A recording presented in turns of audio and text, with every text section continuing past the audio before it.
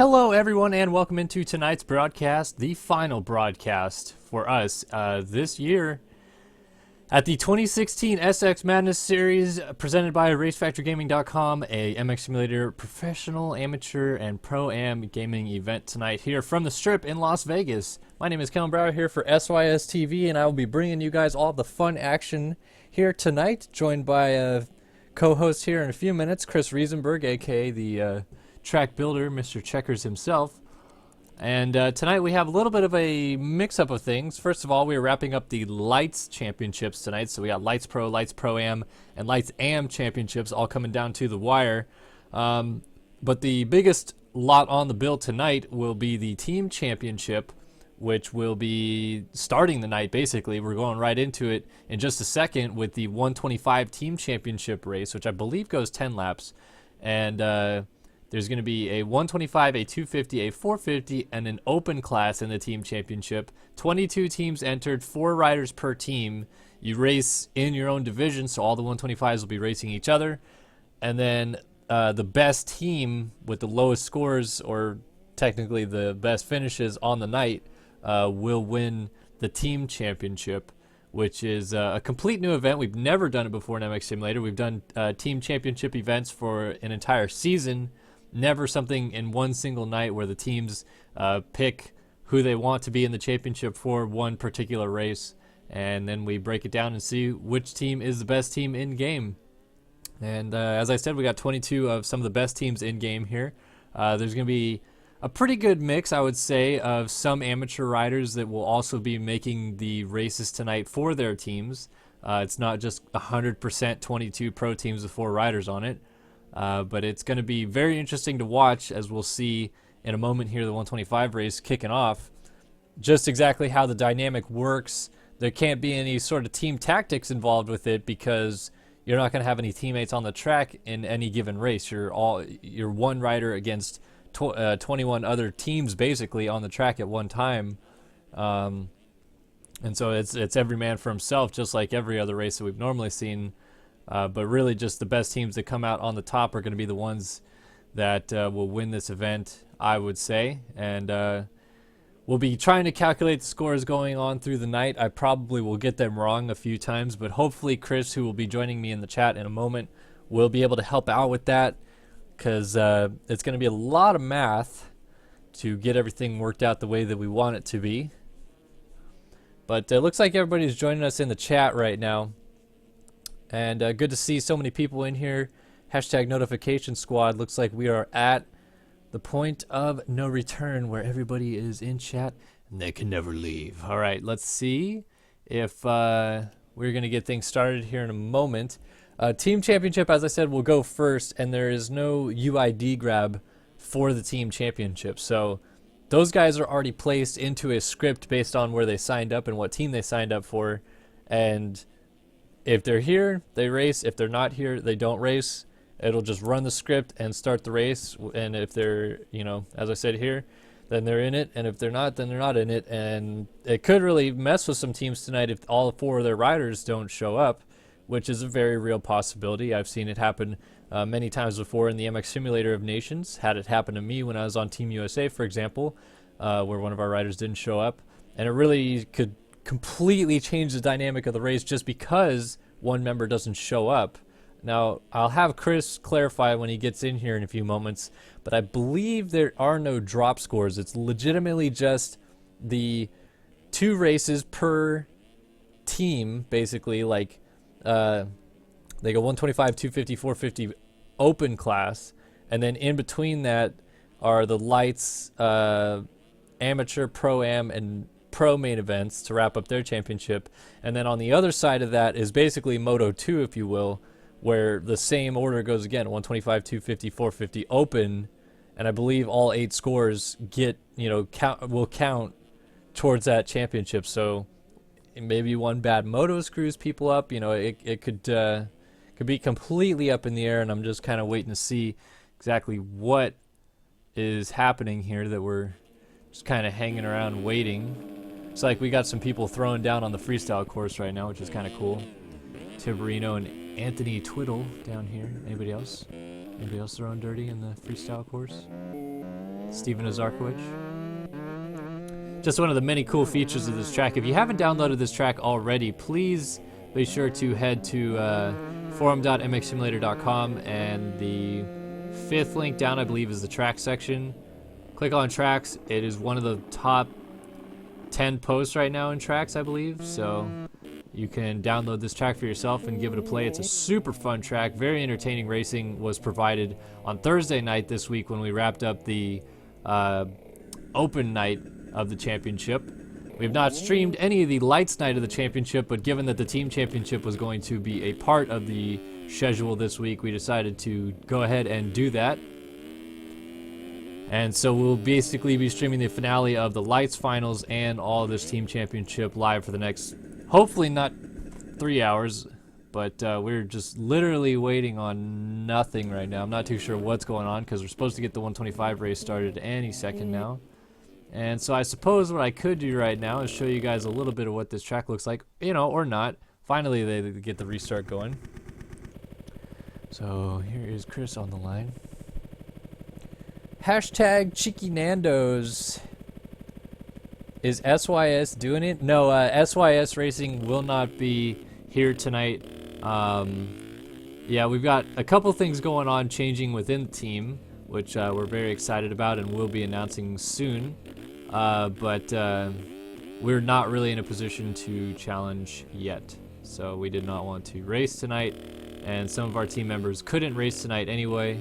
We would not have been able to field an entire 4-rider team unless I elected not to broadcast and instead raced it, but I was asked to stream, so I'm streaming. And hopefully that works out just fine for some of you fine folks watching. Oh man, every single British person in chat just lit up when I said Cheeky Nando's, which I'm starting to learn more and more about. If you live in the States, you have absolutely no freaking clue what that is, but everybody in Great Britain is apparently raving over it. It's become a meme of epic proportions, it would seem.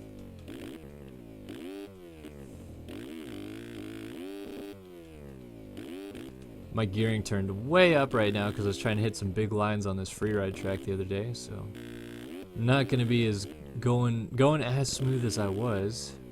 I'm just trying to show off the track just a little bit while we're waiting to get things going here. Like I said, 125 team championship race will be the first race on the lot tonight. Even though everybody had to be here for UID grab for the Lights Pro-Am, Lights Am, and Lights Pro stuff. Whoops.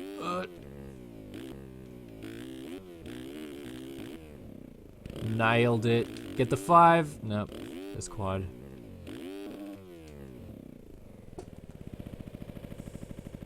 Nando's is bae, says chat. Am I racing 2017 Supercross? That is still debatable. There are some things in the works, and I can't say much more about that, but I would like to. I'm not ruling it out yet, but we'll see how things go and whether or not that will happen or not. Hopefully, we're about to have a warm-up lap for this 125 race, or else someone will be like, what the hell, man, we are just doing nothing.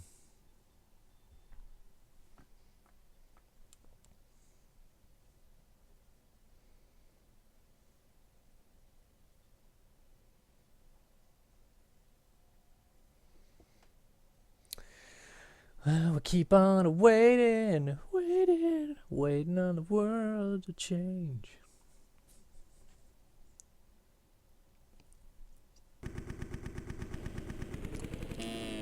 And this is not the 125 championship. In fact, what is this? This is 450 guys on the track. Open Team Champ Moto 1 lineup check. I was almost positive the schedule went in reverse of this, but okay. So that's interesting. Let me try to figure out what's going on with the schedule here.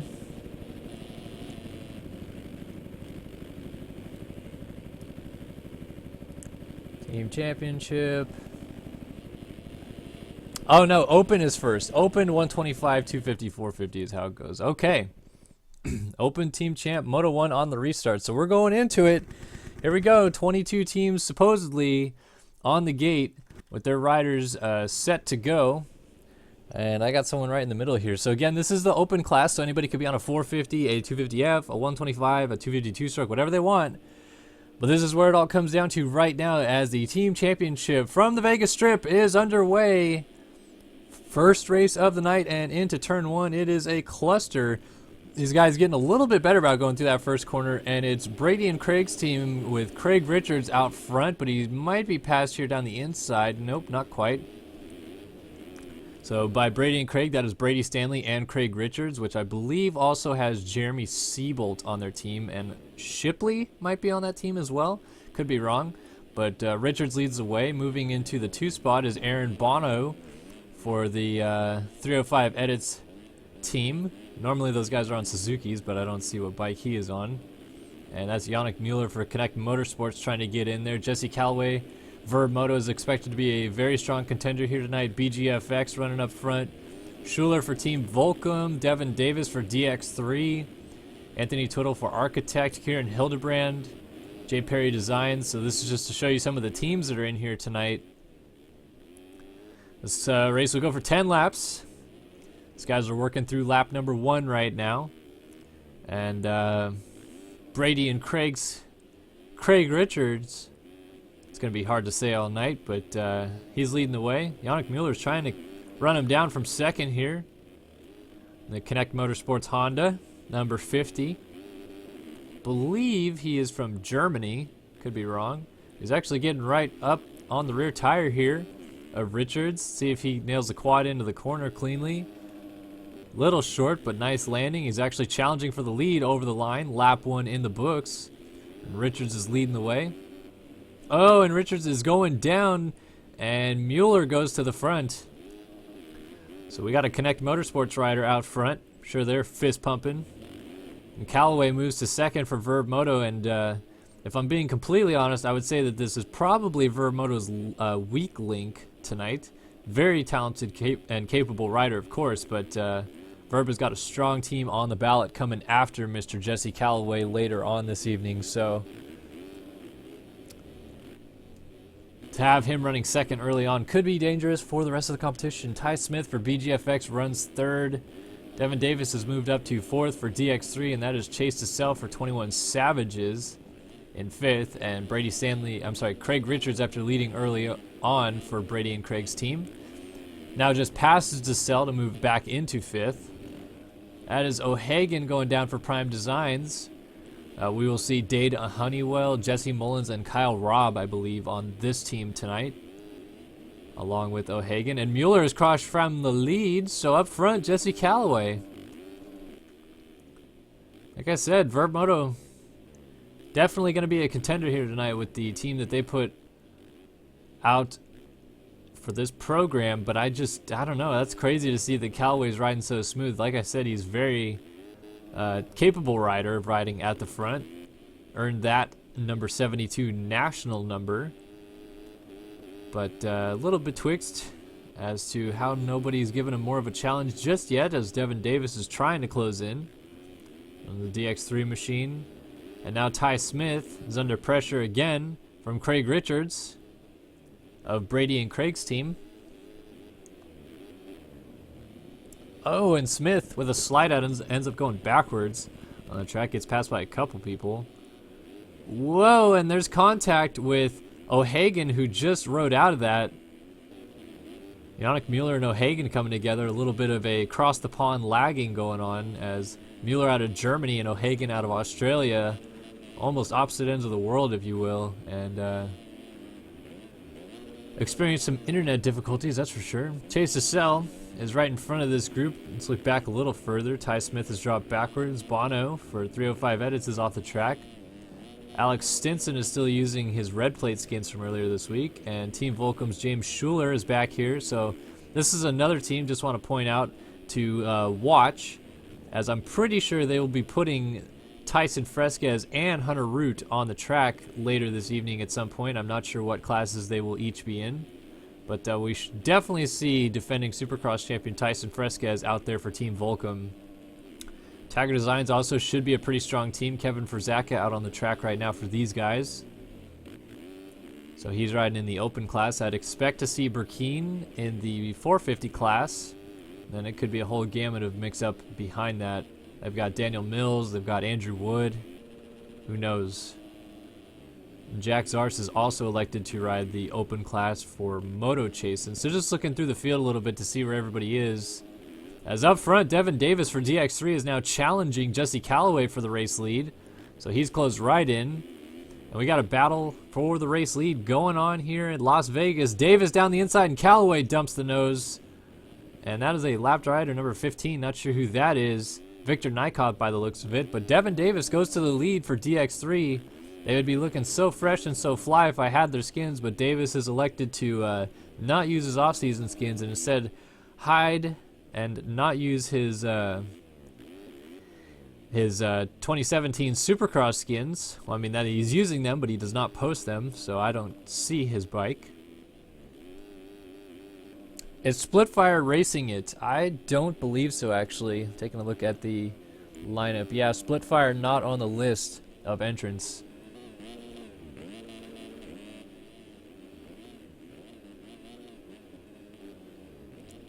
So we got a good little train of riders going on behind Davis leading now. As Callaway dropped back to the 5 spot, if I'm not mistaken here. This might be the 4 spot, actually. Nope, it's the 5 spot. O'Hagan running 4th. And Prime Designs could be a team that wins it as well, as I mentioned. O'Hagan out there right now for the open class. I'm assuming Jesse Mullins will be in the 450 division. They also have Kyle Robb and Dade Honeywell going to the track for them. And Honeywell, I'd assume, would be in the 250 class and Robb on a 125, although this is supposed to be somewhat of a fun event for these guys and their teams. So they could have really switched things up, had Mullins ride a 125 or something like that. I don't know. We'll have to see. But O'Hagan is going after his former teammate, Chase DeSalle. DeSalle used to be on Prime Designs. Is actually running their gear right now, which is why I can see it. Currently riding for a startup team, 21 Savages. Which, dear God, I hope there aren't 21 riders on that team.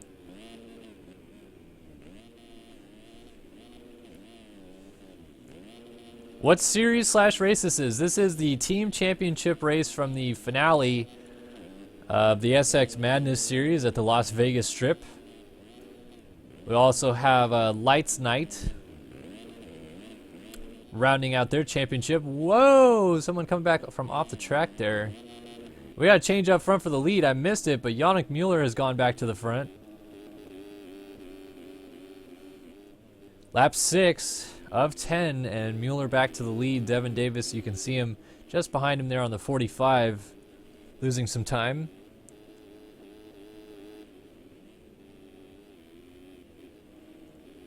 So let's see if Davis can't go back to work and chase him down. So they jump into the sand. Davis off the track.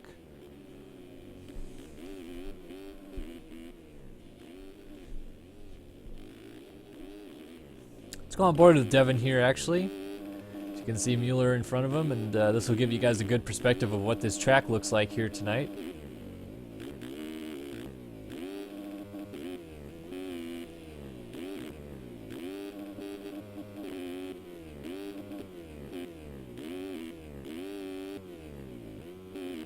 Oh, Davis using that hot line around the inside where he doubles the inside of the corner there. Trying to go back after Mueller, who's doing a very solid job right now, kind of cruising away at the front.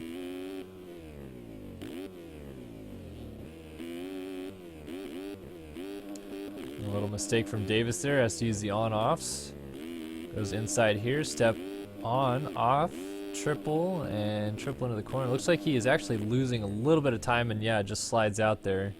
So Mueller now has some breathing room. As long as he does not fall again, he might be able to bring this thing home. DeSalle is down in 3rd, so O'Hagan should come through and take that spot away from him, which will help out Prime Designs. There he goes. Anthony Twiddle up into the 5 spot for Architects, so Architect looking nice and comfortable up here inside of the top 5. Nice bikes as well. Like that setup. Looking pretty good. And Callaway for Verb, after leading earlier on, is back to 6th. And under attack now from Schuler of Team Volcom. Oh, some near contact in the background between Richards and Ty Smith. Richards of the Brady and Craig Yamaha team. Ty Smith on the BGFX Husqvarna team. So these guys are exchanging some blows, and they're trying to run down the group in front of them, which is Schuler and Callaway. Schuler is keeping Callaway honest at the moment. We got a train of riders really right here. Oh, Schuler misses a timing gate, goes off the track, might get landed on here. Got to be careful. Richards has to take some evasive action, but fortunately they both stay up. Now Richards trying to cut the bales to make a pass. And Schuler's holding nicely. Oh, Richards into the back of him, and Aussie Internet at its finest puts Schuler on the ground as Richards goes through. Oh, and Zars hits the deck. He was trying to squeak by. And so it looks like Frzaka and Bono will get through. Or not. Zars is going to get going in front of Bono, and Frzaka... Oh, Zars getting a little too greedy. Actually gets taken to the ground by Frzaka, who was already there.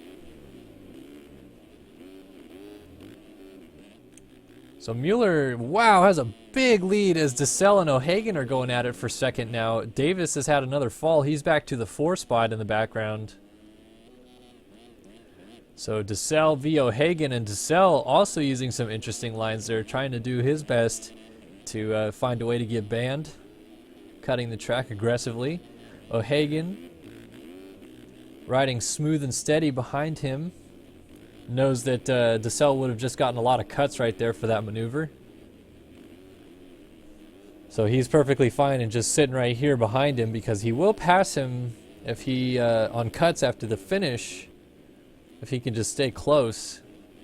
Davis, obviously, after leading earlier on, might be a little frustrated right now, trying to go back after O'Hagan. Callaway just got around Anthony Twiddle off the side of the track, as Craig Richards goes back through. So now Richards is going to try to chase down Callaway. That is for 4th. Or 3rd, rather. 2 laps to go for Mueller up front, though, over the line. Just cruising. Looking very comfortable on his Connect Motorsports Honda. Number 50, which I believe is his RF number. Got a rider down after the whoops there, but he just rips around him. That looked like it might have been Peter Like. So Mueller would honestly be able to crash at least once. Oh, DeSalle is going to front flip into the deck and will get passed by O'Hagan by the looks of it. Yep. O'Hagan, nice evasive action there. Almost landed on DeSalle, who was just getting going at the same time. DeSalle once again cutting the track in the background as Richards has now moved around Callaway into 4th. So Richards, after leading early on and then crashing his way back to this position, is trying to fight his way forward. Get the last couple spots before the finish. White flag will be out next time by for your race leader, Yannick Mueller.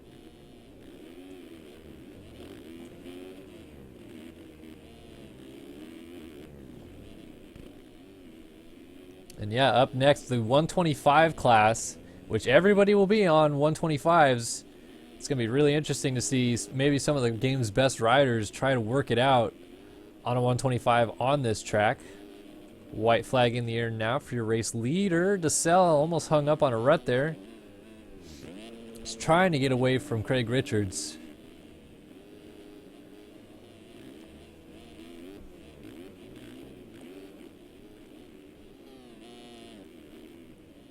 No real battling going on up here as Davis has a moment. And another moment as he goes off the side of the track. Had to Ronnie Mack his way down off the finish line. Has a little bit of a gap to work with on O'Hagan, who slides his ass end around in that corner, but a nice save by the number 81 Australian rider. DeSalle still has Richards trying to close on him, and Callaway is still there in case anything goes on with those guys. Schuler still runs in the 7th spot as Ty Smith puts the works on Jack Zars in 8th.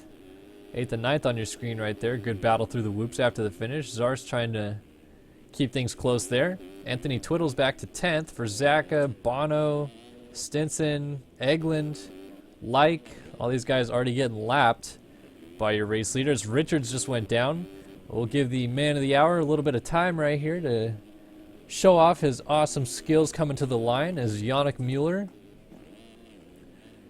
just worked the field here in the open class, race 1 of the team championship. He'll have another race coming up later on, but he starts off the night right for Connect Motorsports as Yannick Mueller wins the open class main event number 1 in the team championship, and Davis now sits second, has to work his way around Peter Like there on the ground. O'Hagan is trying to keep things close to the line in case Devin does make a mistake, but Devin very smooth through this section, gets a nice 3-3 into the corner, and he'll pick up a second for DX3, so that's a good start for the DX3 Yamaha squad. O'Hagan comes across in third, really helping out the Prime Designs graphics effort, and Callaway looks like he might just hang on for fourth. Yes, he will, as DeSalle and Richards come to the line. DeSalle gets it. Cuts could be a factor there. Schuler all alone now in 7th. Zars has gotten around Smith for 8th. Oh, and Schuler is down before the finish, so Zars will get 7th, and Smith will get 8th, so that's really going to hurt the Volcom guys. So we'll see Fresquez later on. Twiddle just hangs on as Frazaka goes in for the kill in the final corner. Nobody is even close to Frazaka, so that's plenty worth his try and effort to try to get the 10 spot away from Twiddle. Bono should get 12th here. Stinson behind him in 13th, and then already finished. Egland was 14th, Like 15th.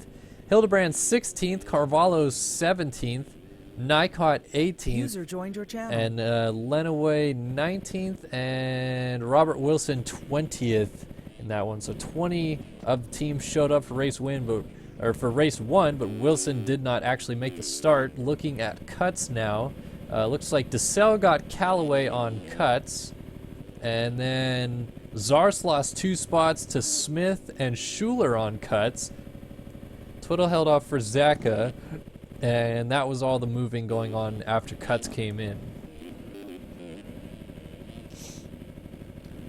All right, so Open Championship race number 1, or I'm sorry, Open Class in the Team Championship race number 1, now in the books. On to the 125 class coming up next, and I believe we've just been joined in our broadcasting booth by track designer Chris Riesenberg. Chris, how are you? Hello. I'm doing good. I'm just getting some stuff finalized to make sure the event's running along smoothly tonight with a little bit different format. Was helping Peter out a little, and we're pretty set now. And I'll be in and out a little bit because I'm going to be trying to keep track of the standings of this team championship as we get going. So I'll be popping in and out, but excited to have everyone joining us tonight. First annual team championship. Definitely a very unique event, and we did talk a little bit about earlier this week on Start Your Systems YouTube channel. If you guys want to hear me and Chris banter about this track and this championship a little bit. But coming up next, the 125 class, which I don't know if we've seen anybody in the open class racing or yet tonight race a 125 on this track. So this is going to be very interesting to see all 22, hopefully, riders on the gate on a 125 and how they exactly attack this track, and we'll also figure out who is riding for what team and how well they are going to do for that team. Lots of RMs in this one. This is the warm-up lap for these guys, though. We got Jay Perry Designs. There's Brady Stanley for Brady and Craig. Brandon Rowland for Bike Graphics. Ben Toy is Devin Davis's teammate on DX3. We just saw him finish second that first race. Jeff Wacker for Team Volcom. Tyler Lewis for Relax Attire. Reed Young, 21 Savages. Chris Channing for Architect. Trying to find, well, there's Holiak for Verb Moto. And we saw Connect Motorsports' Yannick Mueller take the win in that first race. He has Fred Heather joining him on the line for this one. So we'll actually take a look at Fred off the start, see if he's in a pretty good spot. Yeah, he's right there in the middle on the 13. So these guys, again, going 10 laps, all 125s on the gate. And this is going to be very interesting. So let's see what these 125 guys can do there. First race of the night, first race of 2 for the 125 class in the team championship is underway. And the land rush into turn 1 looks like maybe the 55 of Alex Heckman will get across the line first. Actually, he went down, so Brandon Rowland for Bike Graphics comes out on top. And Jeff Wacker down the inside will tuck it in tight and just stay exactly where he is. These guys missing the on-offs a little bit. Some guys coming up short. A lot of people not able to do the triple. And fortunately, nobody was landed on back there. Oh, we got some crashing going on with Lee Long and Caleb Stillman. As Roland's just trying to cruise away at the front. Rocking in a Roland away. As we got 3 wide for second. Fred Heather and Jeff Wacker going at it on the outside, but Chapman snuck down the inside to take the 2 spot away from Moto Chasin. Those guys still going at it now for third as Wacker pile drives Fred Heather into the ground, and then there's some contact with some other riders back there. Wacker holds on to third. Heather comes out of that in fourth. And Rob for Prime Designs runs in fifth here. Holiak in sixth for Verb.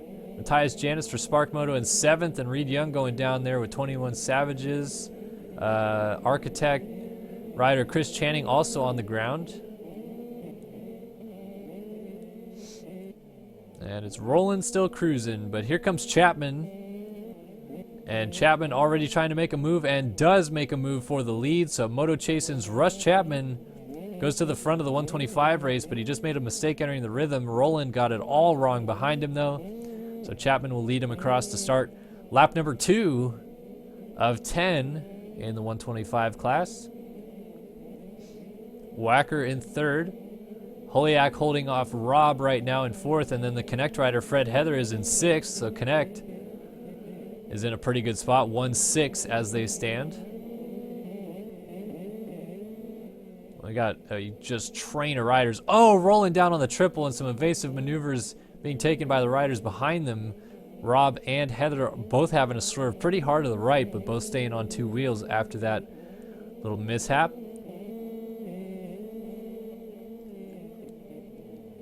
So Chapman's cruising away at the front. No big mistake by Kyle Rob there. Lets Fred Heather by. Yep, Fred Heather now into fourth around Kyle Robb. Stanley slides into fifth for Brady and Craig Racing. Robb slides down in front of Matthias Janis. Interestingly enough, seeing Rob and Stanley both on the CR, which is probably the slowest of the 125s, and a lot of other RMs out there. But those guys running up inside the top 10 on the slower bike. Yeah, it's going to be interesting. I think we're going to see a mix of riders now, where we'll see some kind of amateur riders, I would say, racing for their teams on a 125. Oh, as Stanley avoids Fred Heather going down. But we see some top-level pros dropping down to race the 125 class for their teams, and also maybe some other guys that aren't quite as good as them, trying to hold them off for higher ranking positions, as we saw Brandon Rowland running up front earlier on as Rob. Oh, Holiak's down in third. Yeah. And Rob and Hagen almost made contact. Trying to run down Jeff Wacker.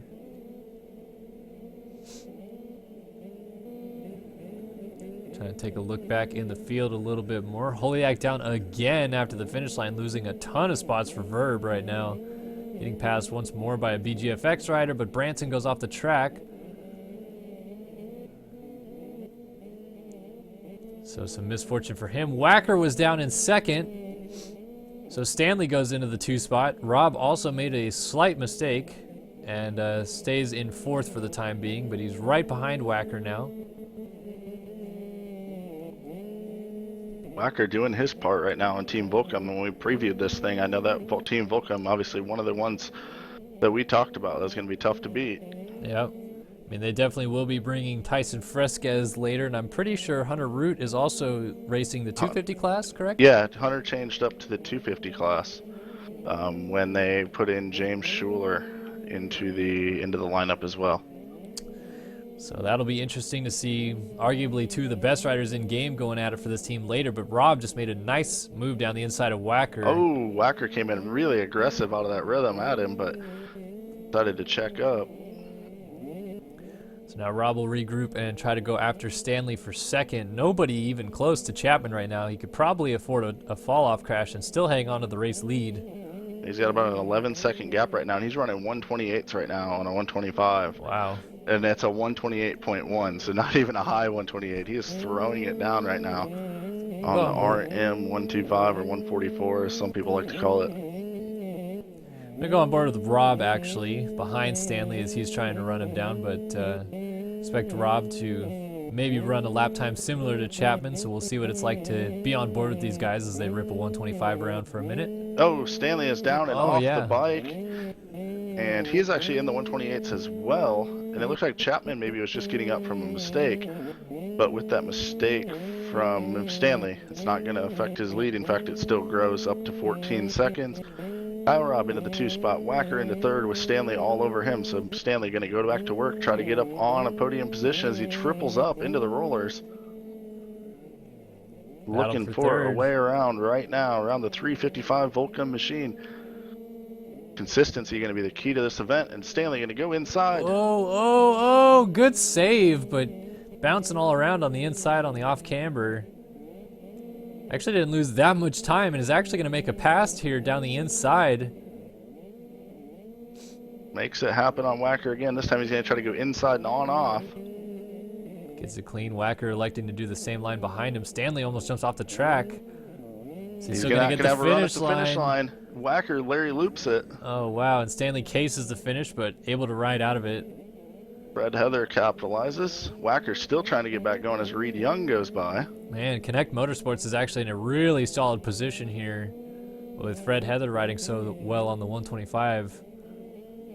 Kyle Robb putting in work up front, a 127.8, and the lead is down under 10 seconds. Now remember, it's down at under 9 seconds. It was up at 14 seconds. Lappers are going to start coming into play a little bit here. Rob is going around a few of them there. Rob is absolutely slaying the CR125 right now, trying to make up some time. Gonna go by a down lapper there. Chapman trying to find his groove back after making some mistakes with a big lead. Trying to stabilize things. Quadding up down that rhythm. Rob just went down in second. And he will actually hang on to that spot, so it just goes to show the gaps these guys have already established amongst each other.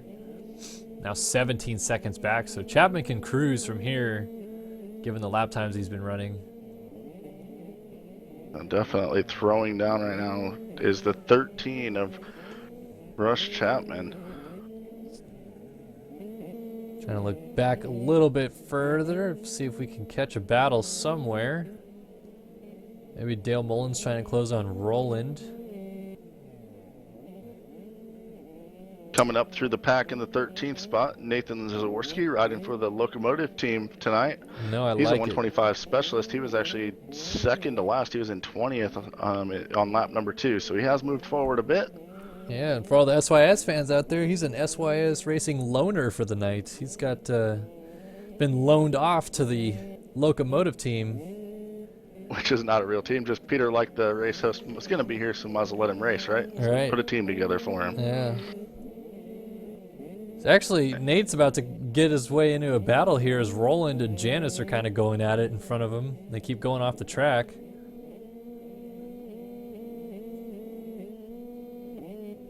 Man, these guys are just ringing out these 125s. Every person I switch to is just wide open, trying to get the most power out of them.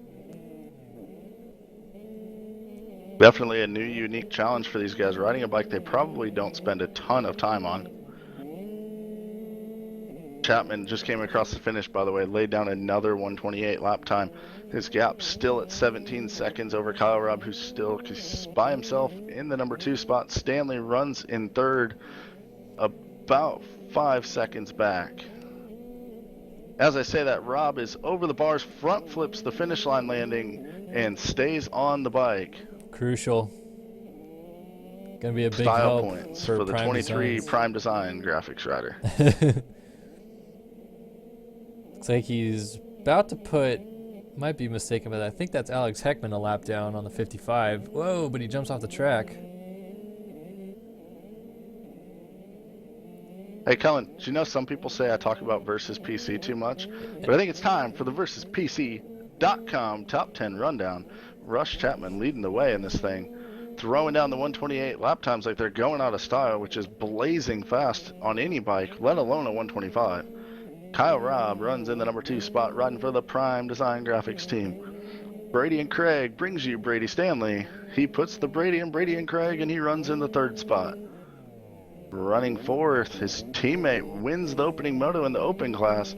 Looking right now at 1-4 moto scores for the overall. Looking really good for Connect Motorsports. That's Fred Heather. Reed Young riding for 21 Savages puts the 68 machine up into the top 5.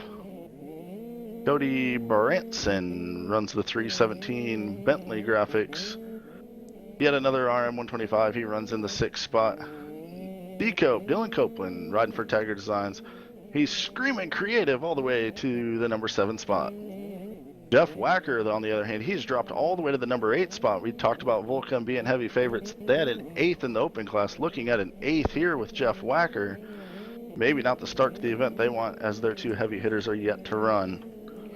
Running in 9th, Brandon Rowland about to go a lap down to our leader. He's off the track. He's got to be a little careful here. He's back on, lets the leader go by, running in the 9th spot, and he's got a challenge and now a pass by Matthias Janis. Team Spark Moto now runs in the 9th spot. Chris Channing moves up into the top 10 for the Architect team. And that's been your VersusPC.com Top 10 Rundown. Log on, get a pre-built PC, parts for your PC, custom builds, anything you want. VersusPC.com Top 10 Rundown. So back up front, coming to 2 laps to go, is Rush Chapman. And still has a sizable lead on Rob. There's going to be no challenge, but a change for 3rd has occurred. Fred Heather getting around Stanley. You know, there might be a little bit of a challenge to Rush Chapman from the Race Factory Gaming crew. They might be tearing that engine down, looking for a 167 kit in that thing. He just threw a 127.7 down as he gets another lap in the books. 2 to go for Rush Chapman. I mean, I'm not going to say who. He's looking like a savage out there on the Moto Chasing machine. I'm not going to say who, but some former Race Factory Gaming champions can't even throw 127s down on a 450.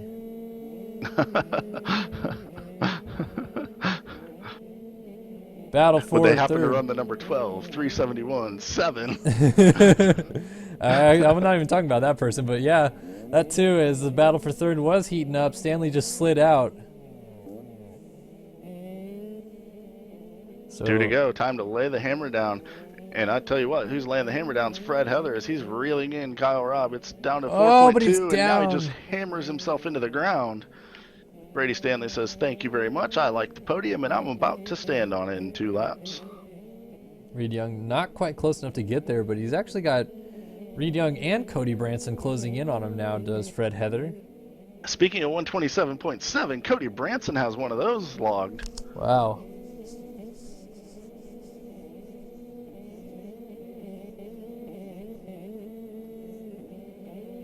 We're in Las Vegas, and the unlucky number 13, though, coming around looking to grab the white flag. Still nobody close. I mean, Rob's lost more time, 32 seconds in adrift of Mr. Rush Chapman taking the white flag right now.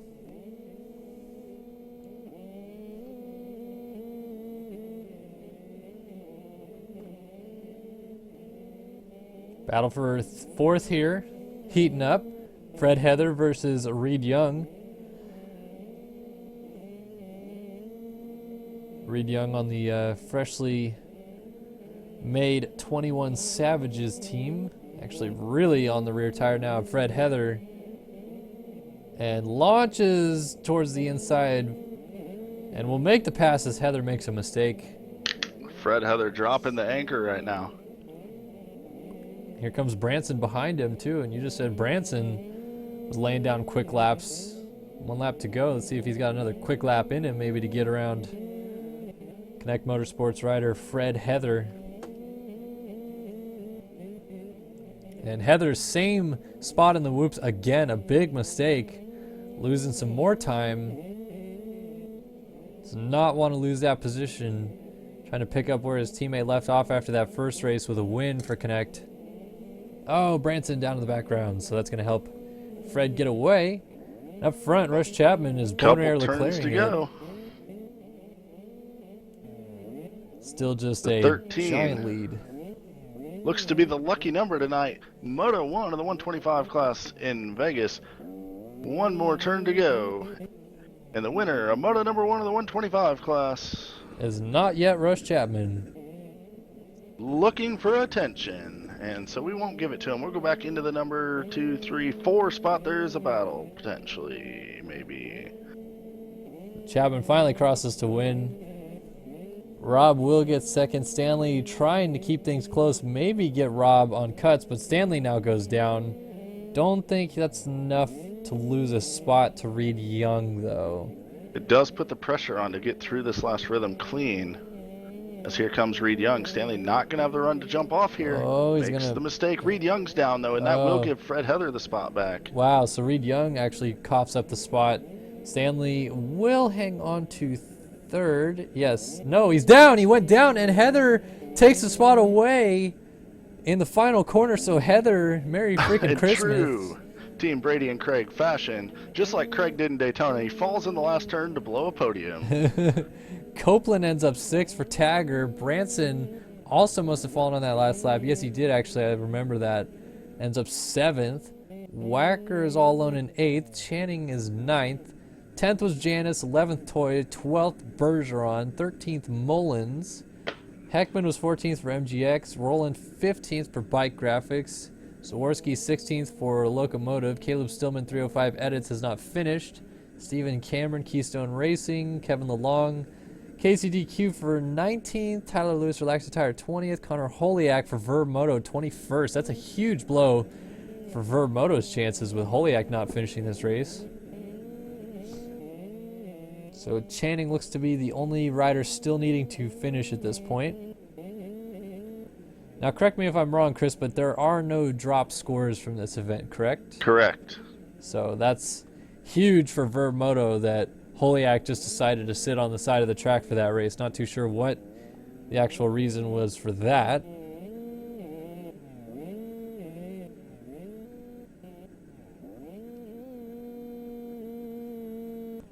So Channing now comes through and finishes his race, and the only person not finished yet is Holiak, who is still sitting off to the side of the track.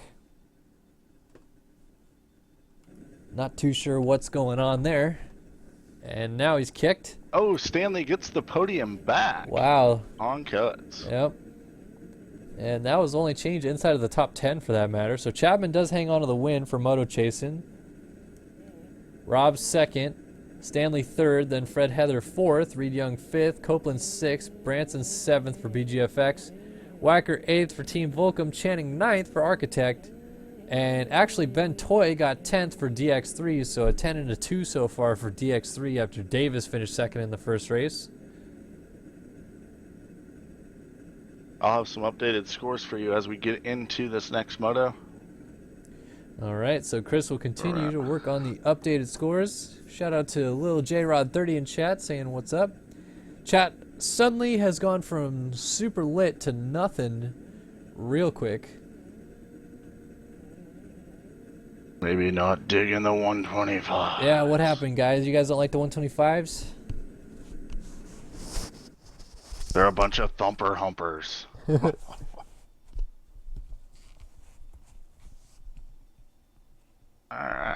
Dun, dun, dun. So next up is the 250 class, and you'll have to remind me again, Chris, in this class. This is limited to 250F machines, correct? 250, 2 and 4 strokes. Oh, okay, cool. So a whole gamut of 250s in this game for these guys available. I'd imagine we'll see a lot of guys actually on 252 strokes then. We haven't seen too many of them, though, on Lights Night, so it'll be interesting to see how many guys elect to run one here. All right, well, this is the warm-up lap. We got Steven Azarkowicz for DX3, Craig Leak for Verb, Jake Warden for Bike Graphics, Jeff Cooper, Daniel Mills for Tagger, Logan Heagney for Jay Perry, Chase Donovan for 21 Savages, Sean Klein for 305 Edits, Data Honeywell for Prime, Clement Lana for KCDQ, And there's Hunter Root for Volcom, which I believe this is the first time I've seen Hunter Root ride a 250 since 2014, maybe?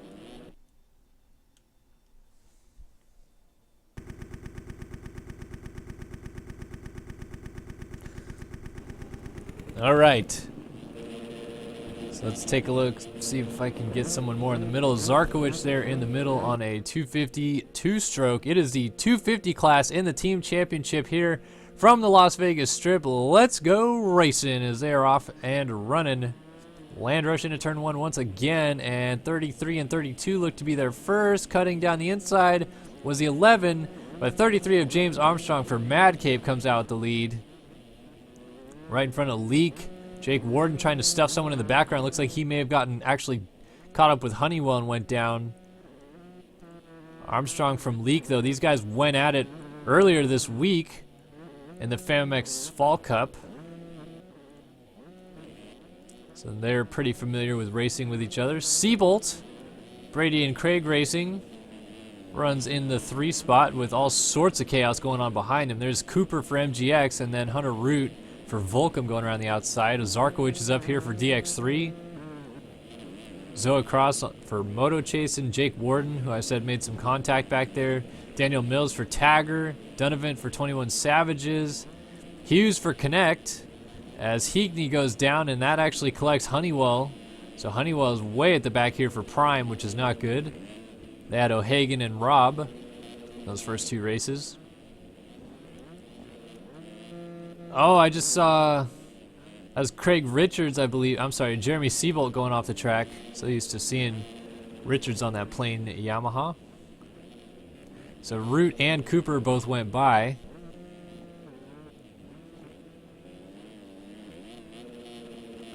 Oh, Cooper, little mistake, is probably going to be passed by Root. No, actually hangs on the spot, and then Cooper swings way too wide, runs into a downed Craig Leak. So Seabolt and Root both go by as Leak was down. And Leak just gets going over the finish line as Zarkowicz comes down, blitzes the whips down the inside, going to try to make a pass. No, checks up. Lets Leak have it. It's Armstrong leading on lap number 2. Stylish green and red rims on a bike that I don't have.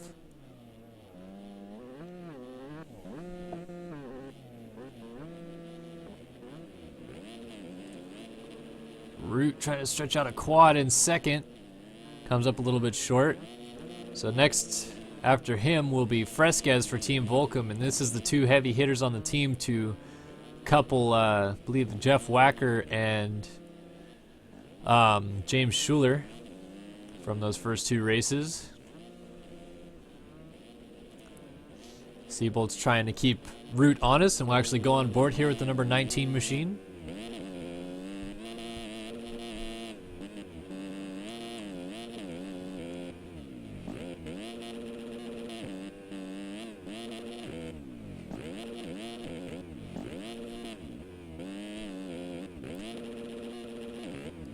Coming down to the finish to complete lap number 2. Seabolt nails the quad into the corner. Root cased it, so closes in a little bit. Runs a 126 flat in the process.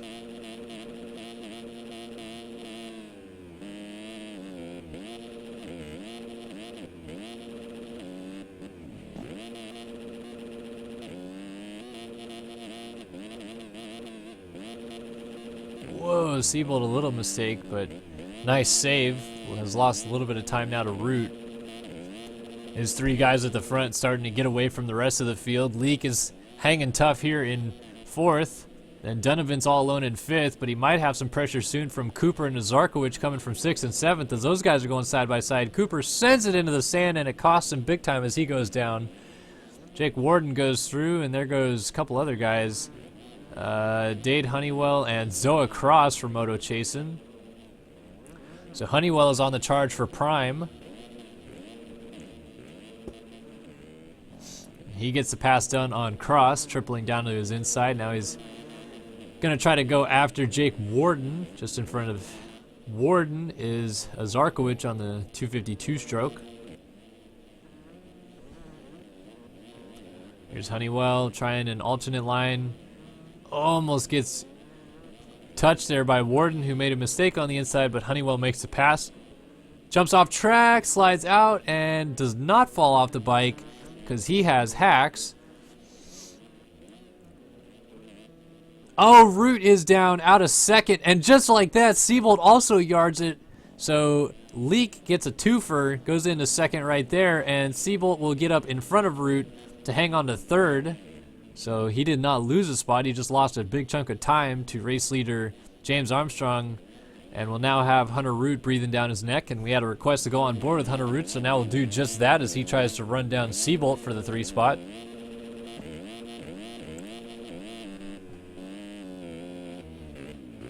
So all that did was open up the lead for Armstrong to a little bit more of a comfortable lead. He was being caught by Root, but now approaching halfway on lap 4 here, Armstrong has a nice lead to work with over Leak as Root cutting the track there. We've seen riders cut the track a lot through that particular section, but we've also seen him start cutting the corner after the second straightaway, which includes the triple in the whoop section, and then they just completely blow the inside line there, which is a anthill roller, and cut down to the inside of that and go straight off the track and straight on through to the next section. So track boundaries, merely suggestions for these guys apparently instead of requirements, as Root going to work on Leak. They both make a mistake. Leak is going to get a better drive and get the triple. Root's going to jump down the inside and elect not to make contact. Had a shot there to light up Leak for the 3rd spot. Ends up not taking it, and then gets in touch there with Root as Leak slides out and hits Root. And now they both have lost a lot of time to Seabolt. Armstrong now coming back to Seabolt a little bit as he's been dealing with some lap traffic here by the looks of it. I believe that might be the 144 of Phil Doyon.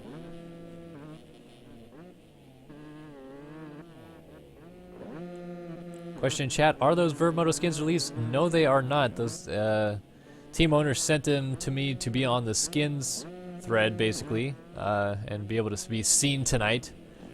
But they have not released their team pack yet, as RF numbers, God, I can't speak tonight. RF numbers are still not official, so those guys are waiting for numbers to become official before they finally release their team pack. Now Leak has just made another mistake, falls into the clutches of Hunter Root from behind.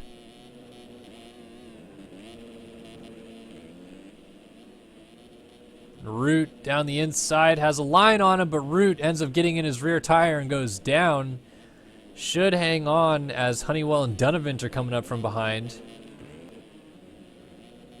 We got Doyon throwing whips in front of these guys, trying to get out of the way.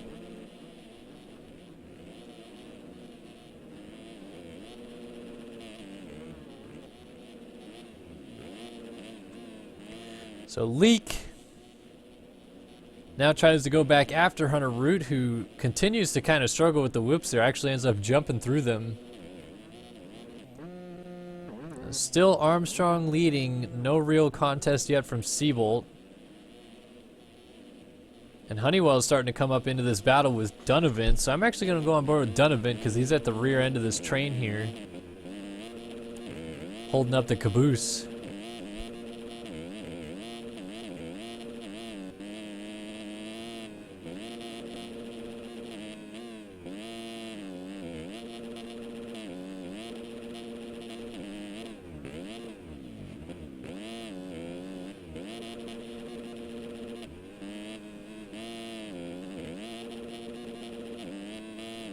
Again, riders cutting right through those TM Factory Racing SpongeBobs. Oh, and that was Leak down off the left side of the track, so Donovan goes into 5th as Honeywell moves into 4th now. And Honeywell is not too far behind Root, who again, track limitations are mere suggestions and not requirements by the looks of it for some of these guys. So Root taking an alternate route, giggity, as Honeywell is trying to close in. Nathan Zaworski chiming in from chat. Right pumped that a 2-stroke is currently winning this class.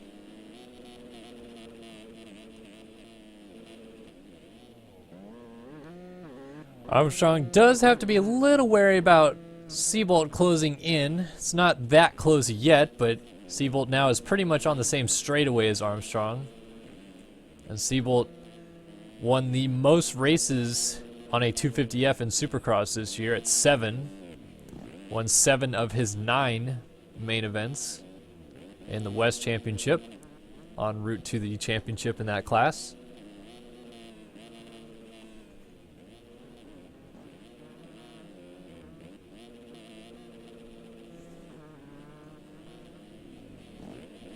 Honeywell is really starting to put the moves here on Hunter Root, as Root swaps his way down to the ground and Honeywell goes into the 3 spot now. So helping out the Prime Designs effort here with a podium as he runs, and he came from way back to get where he is as well.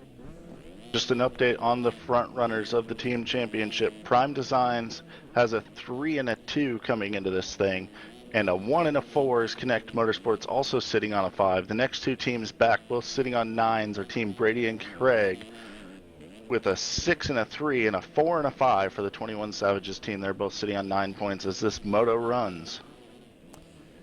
All right, so that is your team championship update. Chris Riesenberg working out the math. Number crunching over here. My spreadsheet was a little more broken than I thought, but we're getting her going. No problem. Coming down to 2 laps to go here in the 250 class of the team championship. Race number 1 for these guys.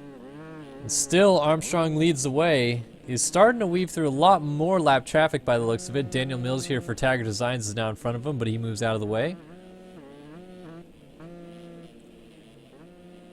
Looks like Team Brady and Craig looking to cut into that lead a little bit right now, but Prime Designs as well, running in the 2 and 3 spots, currently on the racetrack.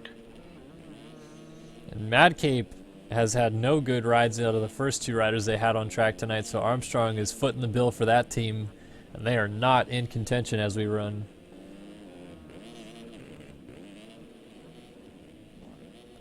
So 2 laps to go as Armstrong makes a mistake, and a rider coming back on track. I believe that might be Jason Felke, as there was almost contact in midair.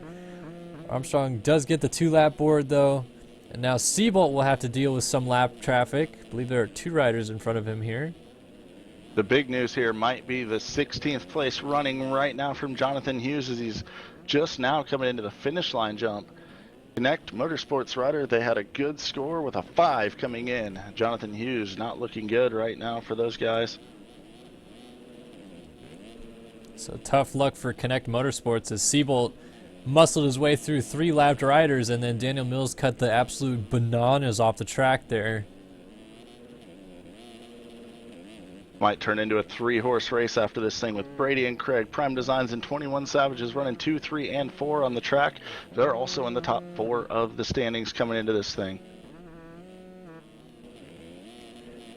Honeywell working through some lappers. Oh, wow. Okay. What just happened? A wonderful track re-entry by Mr. Jason Felke. Almost takes out your leader. Armstrong almost running into some issues there. Root just I'm got sorry, around you almost Zoe took Cross. Date out, not your Oh, leader. okay. I apologize. I was confused for a second. I was like, what? I was just watching him. Anyway, Zoe Cross has just lost the 4 spot. Donovan drops all the way to the 6th spot on 21 Savage's team. Big shake up there with the points being so close at the top. He's got to worry about Cooper coming from behind him and his former teammate and team he sponsors running in front of him, Zoe Cross. White flag flying for the Mad Cape rider, James Armstrong. He's been so dang dominant this offseason in his 250 class. I shouldn't say necessarily dominant, but I believe he even has the title in the pro class clinched before he even gets here. Yeah, he's certainly He's been on fire. He's been riding really well on both open night and this 250 night, but this 252 stroke suits him really well. He's yes, shown. it does. As long as he can navigate through the lap traffic in front of him here, which looks like it might be an Architect rider. And he I think is the bigger clearing news away. might be the shift of Hunter Root moving from that open class down into this 250 class. I feel like he would have maybe had an easy win in the open class with the talent that he's displayed versus the guys we saw, and not meaning to disrespect them, just Hunter Root's a next level rider. Right. And now he's sitting in 4th, so instead of a 1 potentially, And I mean, yeah, sitting on a 4. to your point of that, Hunter Root went 1-1 in the open class this week in this championship, and that was up against stiffer competition, like you were just mentioning. And from a terrible start, nonetheless. Right. Gets all up on Jason Felke and cleans him there. And your winner, moto number 1 of the 250 class easily, James Armstrong. Jeremy Seabold about 4 seconds back. Team Brady and Craig looking good. Honeywell looks to have 3rd locked up. Root looks pretty locked into the number 4 spot. Donovan back into the 5th spot on the 21 Savages machine. So across, Craig Leake looking to see if there's any battles to the line here, but it looks pretty spread out. Actually, there was one for the final top 10 spot. Ryan Turner, Jake Warden with a lapper separating them. Well, that's, we got, good battle going on here. Warden cannot get around this lapped rider, though. That would be the 74 of Sean Klein, if I'm not mistaken. Well, I'm going to be more than happy to go tell Sean Klein to get the fuck out of the way. Yeah, that would be Sean Klein. And Hughes, as you mentioned, for Connect, just blew a really good opportunity for them with a 14th. Warden's still trying to keep things close with Turner, but it's kind of spread out. In fact, Turner is closing on a Zarkowicz, who's kind of just tiptoeing in his Jordans through this last section. And to the line these guys come. Zarkowicz will hang on to the 9 spot. Turner rounds out your top 10, and Warden will get 11th here. So let's see what cuts do to the standings now, and if it affected anybody in the top 10. Zoa Cross lost 2 spots to Cooper and Leak, and that was it. That was the only shift inside of the top 10. Jake Warden 11th, Devin Ryan 12th, Daniel Mills for Tagger was 13th, Hughes for Connect in 14th, Felke for BGFX in 15th, Higney for J. Perry Designs in 16th, Klein for 305 Edits in 17th, Clement Lana for KCDQ in 18th, Lake Shyman for Locomotive in 19th, Caden Speck for Keystone Racing in 20th, and that was all the runners that started the 250 class of the team championship. Up next will be the 450 class, and then we'll be going into wrapping up the Lights Night Championships with Lights Am main event, Lights Pro Am main event, and then Lights Pro main event right after that. I'm sure Chris is working hard on crunching the numbers right now. I'm trying. I gotta wait for the restart to really get at it, but I'm trying to get a few in. There goes the restart. All right, so now, as I mentioned, we are moving on to the 450 class right now. This is a parade lap for these guys. Another 10-lapper for these fine gentlemen.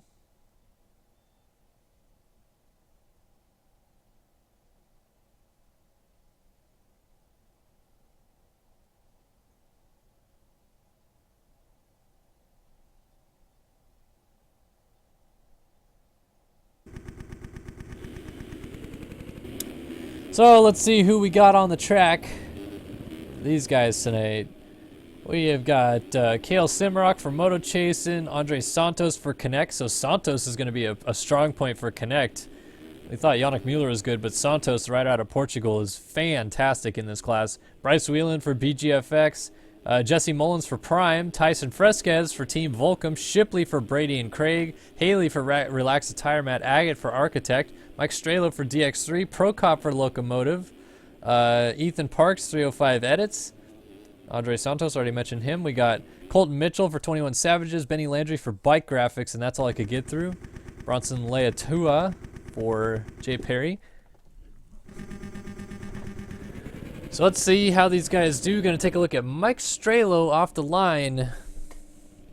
Fresquez, Haley, Burkeen for Tagger, Mullins for Prime. Going to be a good race in the 450 class. 10 laps and we are underway. Fresquez gets a bad start and gets pinched. And into turn one, it might be Burkeen. Well, they all stack up and Mitchell comes out with the hole shot for 21 Savages. Strela sits in the 2 spot early on, then Landry in 3rd for Bike Graphics. I see Burkeen and Fresquez both back there, and about 4th and 6th, respectively, as Burkeen front flips the big triple. There's Fjellberg, actually. So Fjellberg making it here for Verb Moto. First we've seen of Dennis this series. He tried to race the open night, but did not run a successful qualifying time as Landry crashes his way out of the top 3 early on, and a Land Rusher riders go through. Jack Haley going down in the background. Shipley is also stuck further back, and I think I saw Jesse Mullins back there as well, but Mitchell leads the way. Question in chat is, what happens after the 450 class? Then the team championship will take a break, and we will wrap up the Lights Night championships, which are the Lights Am, Lights Pro Am, and Lights Pro classes with 3 main events respectively. The top 22 qualifiers are seeded into those main events for each class. We'll get to that as soon as this race wraps up, but right now, the first quick update on the team standings. No Prime Design leading the way on 8 points. They have a 3, a 2, and a 3. Second looks to be on 11 points, Team Brady and Craig with a 6-3-2. And then looks like third, 21 Savages with a 4-5-5 thus far. Unless I'm missing anyone, I don't believe I am. But those are your top 3 teams right now. All right. After 3 of the first 4 motos. Holy battle between a lot of former champions up here at the front. Mitchell leads the way, but behind him, 3-time Supercross champion and 2012 outdoor champion Fresquez leads Fjellberg, who's a 2014. Yeah, there's some serious dualies. Fjellberg on the 3, dealing with Burkeen closing in. So we got Fjellberg and Burkeen, a couple 250 outdoor national champions. Look at Strelo knocking on the door of that battle, and as I say that, commentator curse, he's off the bike. He was launching himself up into that battle. Strelo. Fjellberg is really giving Tyson some fits here. He keeps changing up his line, trying different things out.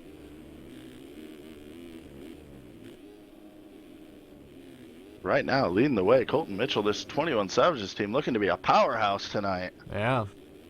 Getting it done, looking for the Prime Designs rider who they lead this thing. And we find him buried in the 15th spot as Jesse Mullins, so a lot of work to do to not let his team down. They've put in great scores so far. Wow, the last person you would thought that would give that team a bad score would be Jesse Mullins. They haven't been off the podium yet. Mullins has some work to do, but he's got about 8.5 laps to get it done. Up front, things are starting to heaten up a little bit as Fresquez is closing on Colton Mitchell at a very rapid rate. And 125.2 across the line. I'm going to go on board with Burkeen because he's at the tail end of this top 4 train, which is all tightening up. Burkeen right behind Fjellberg. Fjellberg right behind Fresquez. One up is Fjellberg out of turn number 2. Wow. Then getting nasty on the triple. Let's actually go on board with Fjellberg. We might get sick. And he makes a mistake off the track. What's going to happen here with Burkeen? Burkeen playing it safe there. Yeah. Tiger Designs out of the team championship almost at this point with 30 points already. Yeah, Tiger's had some real rough motos. Verb Moto actually is not in a good position either, I would assume, having a 20 attached to their score from Holiak. Verb Moto has 32 points as well, so they're pretty far out of this thing. All right, let's see Fjellberg trying to close in on Fresquez. Fresquez trying to close in on Mitchell for the lead. Definitely knocking on the door, keeping the pressure on Colton Mitchell. One of the surprise riders, I would say, from last year. Really brought his A game, earned that number 10, and looks like he's growing on that into the 2017 season. Gosh, Fjellberg carries so much momentum. Battle for the lead is brewing, though. Fresquez closing on Mitchell, who's kind of a sitting duck as he's got 3 past champions just breathing down his neck here. No slouches, Mitchell, but tough to believe he'll actually hold these guys off with how quickly they've caught him. Look at Fresquez launching into the triple face and scrubbing it down, gets a landing clean. Looking for an opening. He might have just found it. Down the inside, side by side. Mitchell trying to hang on, but it's not going to be enough. Fresquez to the front for Team Volcom. I don't know if Mitchell missed his line or if he let Fresquez go. I mean, I would get nervous with Tyson behind me, and he's back in front. And here comes Fjellberg now in the background, so this guy's still all close at the front. Burkeen not out of this thing either. Zach Prokop, the locomotive rider, moves up into the number 5 spot. Saw across the ticker at the top of the screen, Mullins is up to 10th for Prime Design, so he's trying to Make keep that that score ninth as he low. just made another pass and is on rails. A 125.4 lap time last time around. Doing what champions do, and he's a 2-time past champion. Just can't get over how good this battling is at the front just yet. Fresquez will try to go back after Mitchell, but gotta be wary. Fjellberg is keeping things close, and Fjellberg looks awfully comfortable on the track tonight. It's actually quadding into this rhythm, and then I believe, yeah, quadding again. Gets that clean. I don't know if that's faster, though. That is a lot of time in the air. Connect Motorsports was looking good after their first 2 motos. Had a bad moto last time around, and Andres Santos runs around in the 15th spot, so not looking good for the Connect Motorsports squad. Definitely expected a lot more out of Santos. He's a very good and capable rider. Battle for the lead is back on. Fresquez within half a second of Colton Mitchell down the gnarly cocaine rollers here in Vegas. Battle for the lead getting nice and hot here in Las Vegas. It's time to put your money down, folks. Who have you got to win this 450 main event for the team championship? Main event 1 of 2 for these guys, and Fresquez was trying to go after Mitchell while Fjellberg is keeping them honest, and Burkeen super consistent behind these guys but losing touch lap after lap.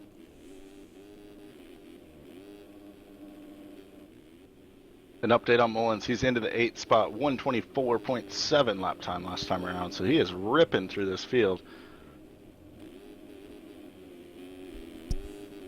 And who is Brady and Craig's rider for this race exactly? Team Brady and Craig. Let me look. I think it's supposed to be Craig. Craig raced the first race as Fresquez goes to the lead down the inside of Mitchell.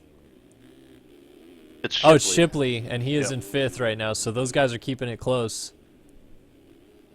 Bar to bar for the lead. Yeah, Mitchell is getting it back, but he's giving it back to Fresquez.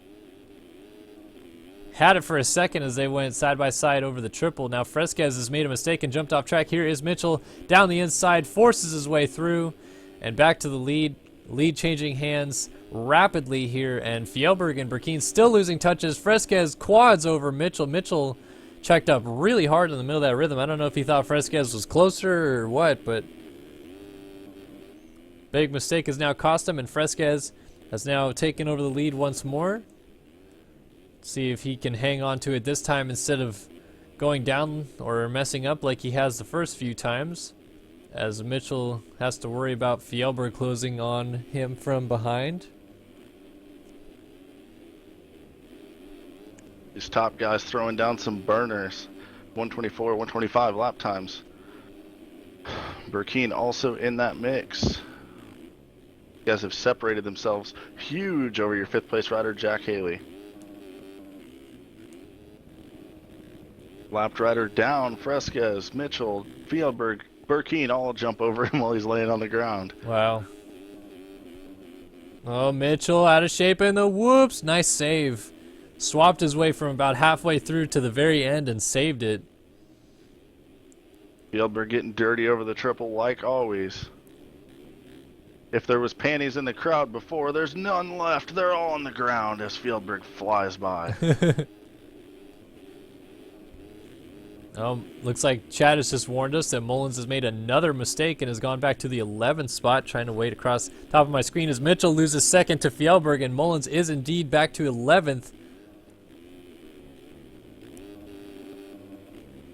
While you watch this sick battle up front, I'm going to do a quick top 10 rundown this time, brought to you by the fine folks at Ride365.com. They got a little bit of everything for your bike or your body. Some gear, some parts, all that sweet stuff. Leading the way, Team Volcom trying to recover, as Team Volcom not having the greatest night thus far. Tyson Fresquez trying to put a 1 on the board and bring him back into this thing. Doing what I would say the team captain should do. Fjellberg throwing her down for Verb Moto, trying to do the same thing, get his team back on track. On the number 3 machine, Team Verb Moto's Dennis Fjellberg runs in 2nd, being chased by Matt Burkeen, Tiger Designs rider. 21 Savages, Colton Mitchell led for a long time. He's now dropped himself into the number 4 spot. and he's definitely doing what he needs to do for that team that's shown some great finishes thus far, keeping her up in the top 5. Jack Haley, relax attire, runs in the 5th spot. Has some pressure from Brady and Craig's Jeremy Shipley. Shipley definitely wants this spot. Brady and Craig right in the mix for this win. A 6th would be good, a 5th would be better, as the 39 machine comes across to put another lap in the books. Brunson, how do you say the last name? Riding for J. Perry Designs on the 719. I think it's 7th. I believe it's Leotawa.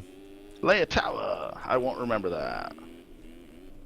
Bryce Whelan, Bentley Graphics, runs in 8th on the 67. First sighting for me tonight of Benny Landry, Team Bike Graphics, running in 9th and rounding out the top 10. Prime Design Graphics rider Jesse Mullins climbs his way back into 10th, looking for 9th here. Trying to salvage some points from a poor start.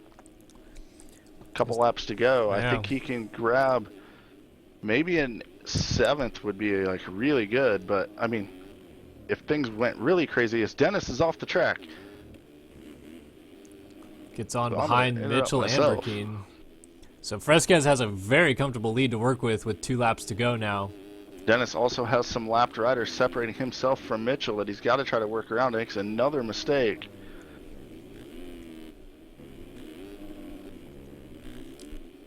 Two to go for your leader, Fresquez. This is usually the area where Fjellberg starts to get flustered a little bit.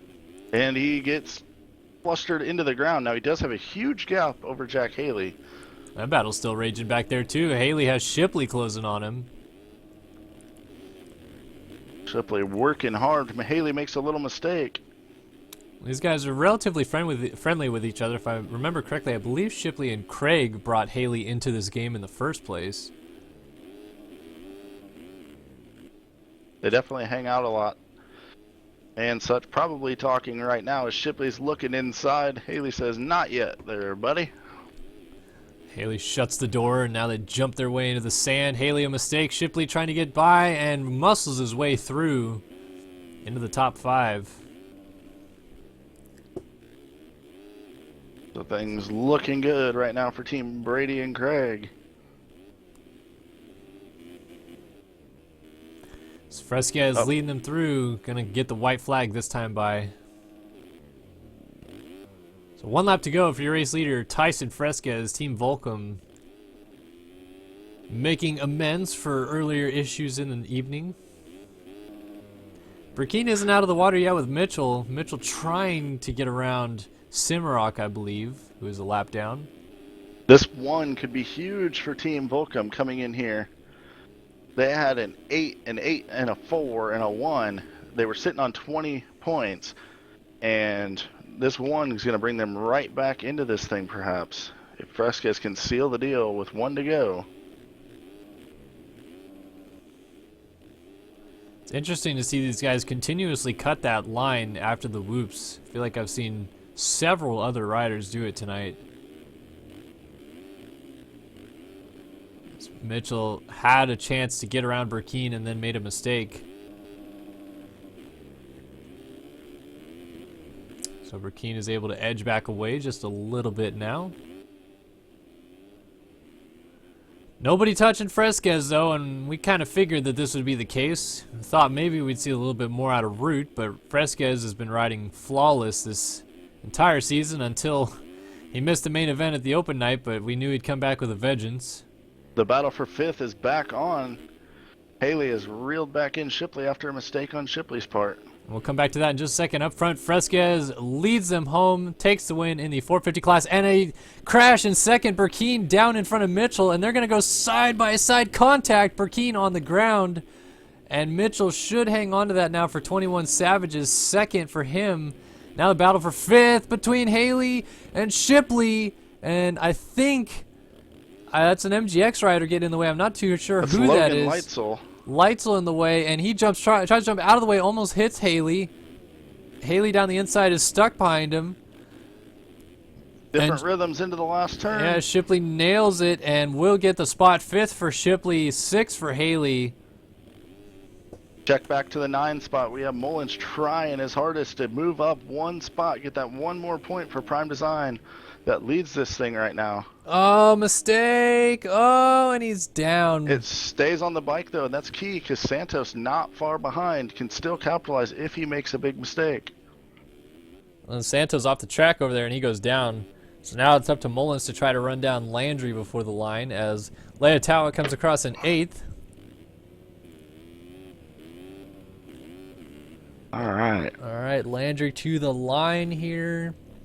Quadding in and gets a 9th, so Mullins has a tough go of it for Prime here and ends up 10th. So that might put Brady and Craig's team in the lead, given I'll have an Shipley. update for you shortly. I got to get these main events rolling, and then I'll update points, and I'll have them before we start Moto number 2s. Santos over the line in 11th, Prokop down a lap in 12th, 13th was Agate, 14th Cimarrock, 15th Strelo, 16th Leitzel, and 17th Ethan Parks is still working his way to the finish line right now. And again, we'll update you on scores in just a moment, but we are halfway through the team championship now. All the runners have now run one main event, basically, 10-lapper. And they will run another 10-lapper a little later on in the program, but we're going to take a quick break from that for just a second to get through the lights night that is still yet to run. And looking at cuts now, seeing if things change for anybody. Nope. Cuts did not affect a single position this race, so what you saw across the line is what you got as Fresquez ends up on the top step of the podium in the 450 class.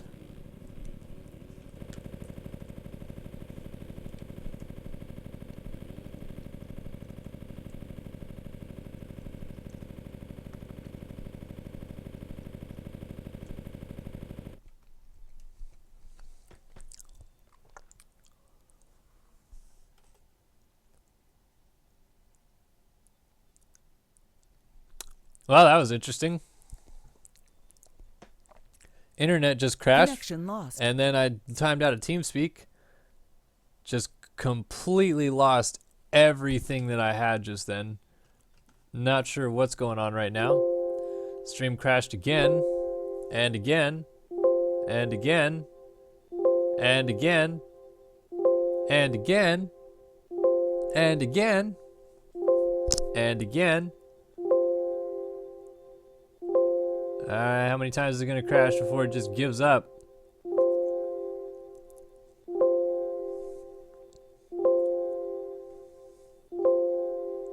It's like my internet literally just completely crashed just now. That's awesome.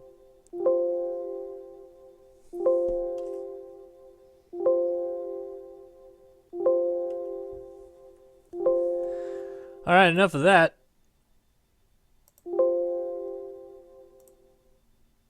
All right, let's wait it out for a second.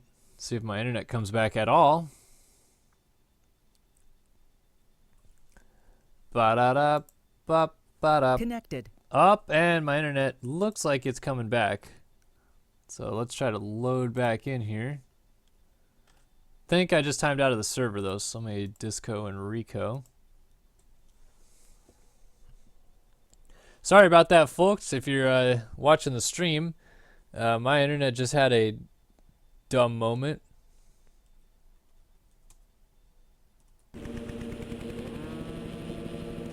All right, I think, yeah, this is the AM main event right here as we are underway.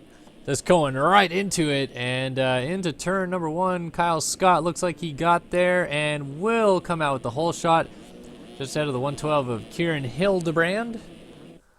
And that was not, okay, that was the race. Not sure what just happened there. So Hildebrand still leads, but Scott just took it back from him. And I am going to try to pop open my results page so I can see just exactly where the championship stands here. Scott leading the race, though.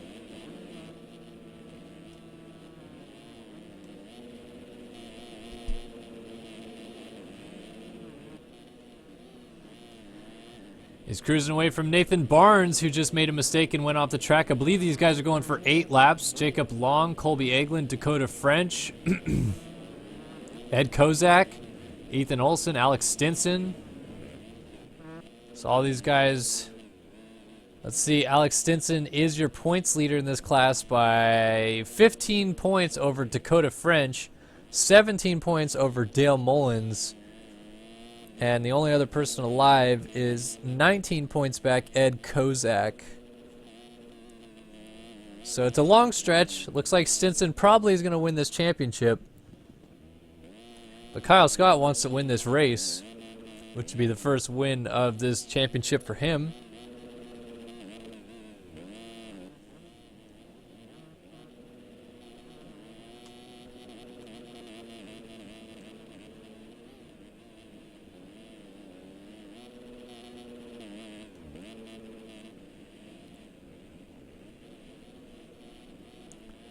So amateur main event in the lights division underway as we're continuing on with lights night. This is the final night of racing for the lights guys. And championship hopeful Dakota French has moved into second, but he needs a big points haul. 15 points plus, more than Alex Stinson.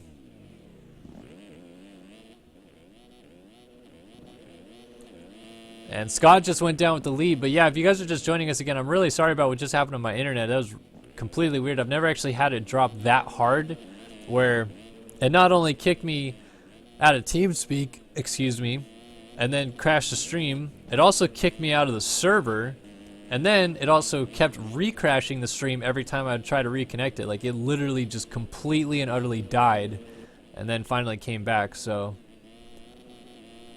hopefully no more issues on the evening, as French is going for the lead. Mathematically speaking here, I believe that Alex Stinson would have to finish 12th or worse if Dakota French is to win this main event for French to win the title. If French wins and Stinson finishes 12th or better, or I'm sorry, 11th or better, then Stinson still wins the title. But French is trying to do everything he can to help out that cause by going for the lead here, as Stinson runs in the 10th spot currently, and Kyle Scott is doing everything he can to hold off Dakota French, charging from behind.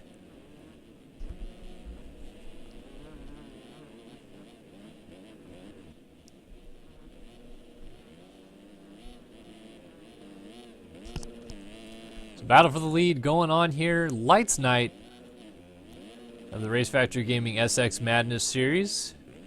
These guys wrapping up their championship. 5-round series. It was supposed to be a 4-round series, as Chris told us earlier this week, but decided that he wanted to run this championship as well on this evening.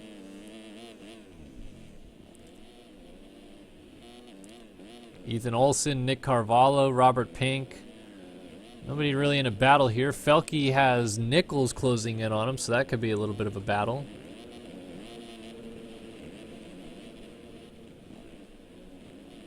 Nathan Barnes also up here. Max Spokes, Jake Warden, Brandon Holdsworth, Colby Eglin, and then Alex Stinson, who is in 13th, so he is behind a position that he needs to be in to win this championship, with nobody being able to pass him. Needs 11th or better.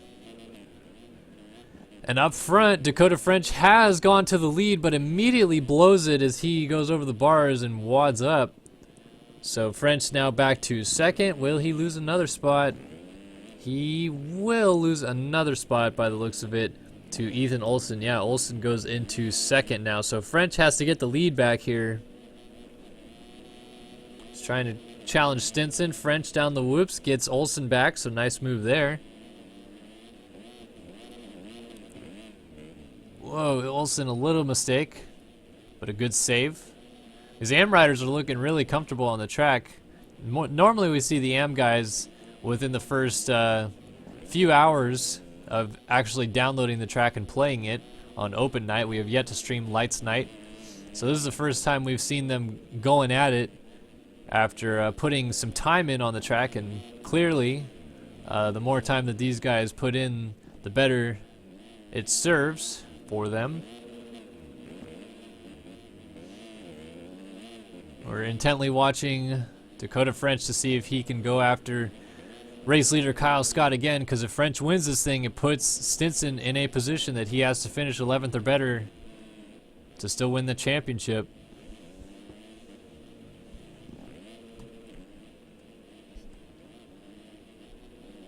So let's go on board with the 117 machine. Let's take a ride for a minute.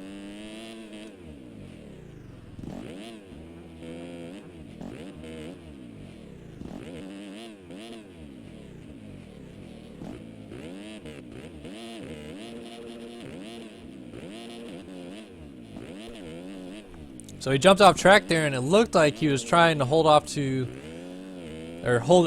the spot, not off to. It's not a word. But he has lost that spot to Olsen now. And let's go back in the pack and see if we can find Mr. Alex Stinson. Here he is right now. I believe running this is 9th. See? Nope, this is 8th, so this is plenty of a good enough spot for him to be running and to win the title comfortably. Does not need to do more than this. Would like to, of course, to make it even safer. But even if French wins and Stinson finishes here, it's still Stinson's title, which I believe would be the second title of the offseason for Stinson, who's had a tremendous offseason so far.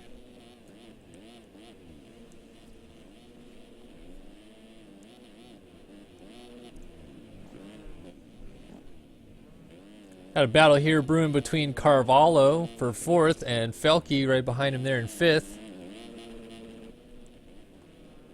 Oh, Felke got a little close. Hit the back tire of Carvalho and down he goes. And French now going back to work on Ethan Olsen. Low lines the track a little bit there. It looks like it may have actually thrown him off, and he goes over the bars and down he goes. Don't believe Carvalho will get there in time though. So French still gets up in the 3 spot. Meanwhile, race leader Kyle Scott clicks off another lap. 5 in the books, 3 to go.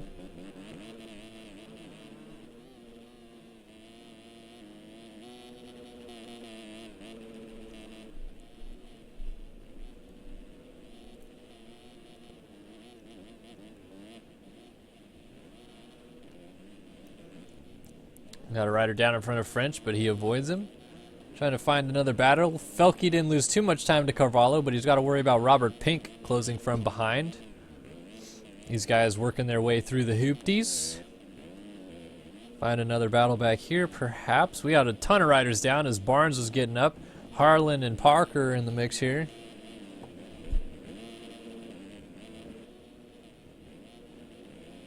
Parker makes a mistake. Harlan caught up in it a little bit. Jake Warden is also in the mix. We got a 3-rider train going to the final corner here, and Parker is being passed around the outside. Warden comes down the inside, T-bones Harlan, puts him to the ground, and Holdsworth is going to get both of them as he's able to clear the finish line jump, and fortunately does not land on either one of them. And Warden is still going at it with Harlan through the whoops, and Harlan tries to block past him. Warden, a nice undercut there. This is a battle for 14th, but great battle that it is that we're watching here. We got some action going on up front by the looks of it. Kyle Scott just had to deal with some lap traffic. Oh, somebody just freaking dolphin dived in the background there on a Kawasaki. I'm not sure who that was. And Olsen now dealing with that same lap traffic that Kyle Scott just went through. And that dolphin diver of a Kawasaki has come back on the track in front of these guys. And then somebody on a Honda just went in and cleaned everybody's clock. So that was interesting. Oh, Carvalho was up to 3rd, but he goes down, so French goes back through. And Felke is just sending it for the kids here. Running in the 5 spot. He will not get to Carvalho in time.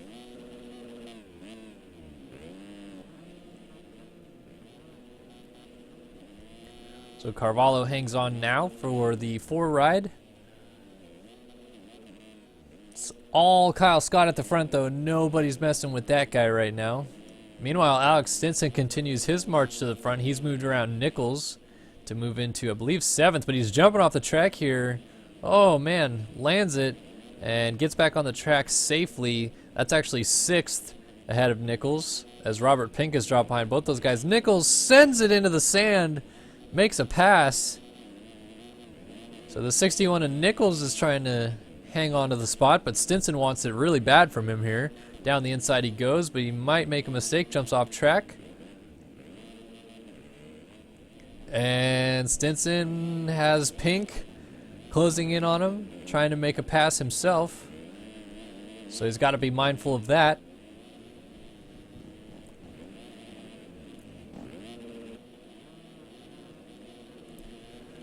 Oh, Pink pulling alongside. White flag in the air for your leader, Kyle Scott. Stinson makes a mistake. Pink around the outside. Should get the pass done if he can hold it off here. He's holding it into the corner, and a nice pass by Robert Pink. Now going after Felke right in front of him. We got a 3-rider train here. This is for 5th, I believe. And a rider just went down in front of these guys. Not sure who that was. Oh, Felke makes a mistake, and somehow these guys split him. So Stinson actually picks up a spot there as Pink is there. Nichols was the rider that went down, I believe. Now Olsen under attack from Dakota French on the last lap. Nobody's close to Kyle Scott, so Scott about to pick up his first win of the series.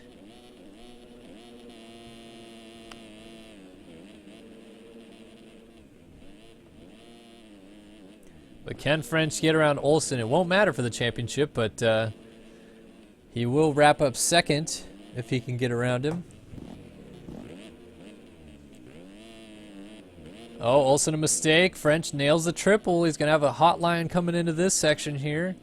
Both of them get the turning double pretty clean. French off the inside of the track and then launches into the rollers. So Olsen able to open it up a little bit once more.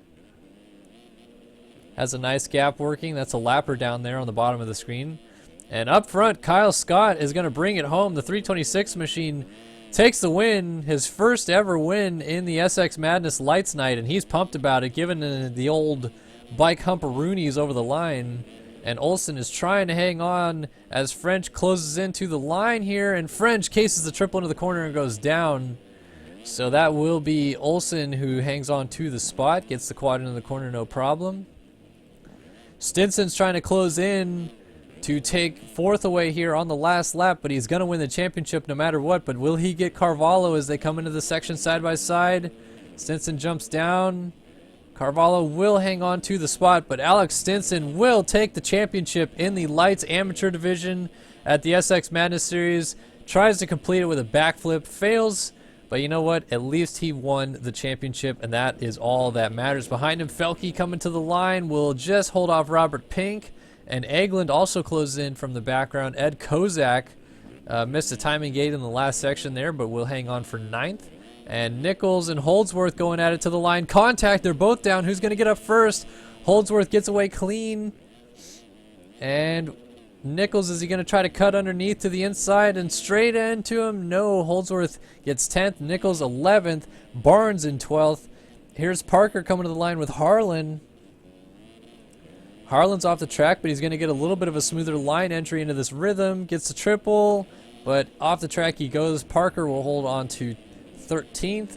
Harlan 14th. Warden will get 15th here, and cuts are in. Let's see if it changed. It looks like Barnes got around Nichols, and Pink got around Felke, and that was it. So Kyle Scott wins his first main event of the series in the final round. Was not alive for the championship. The championship in the end will go to this man here, the 314 of Alex Stinson, as he is doing some breakdancing underneath the Versus PC tent over here. Working his way through the crowd. He's right next to the lemonade stand, gets stuck on the lemonade stand, and then loops his Larry. And he is pumped about the championship, and as well as he should be. Good job on him winning that title tonight. So let's move on to Pro-Am, which is already actually wrapped up for the championship, so not a lot to talk about there. But Jack Zars won the championship before the final round, 88-56.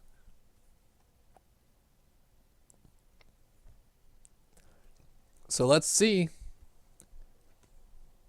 if someone else can win a main event here. Only 3 winners so far. Oh, out of virtual memory I go. Continue running into that problem recently. And that is not the server. That's the server. There we go.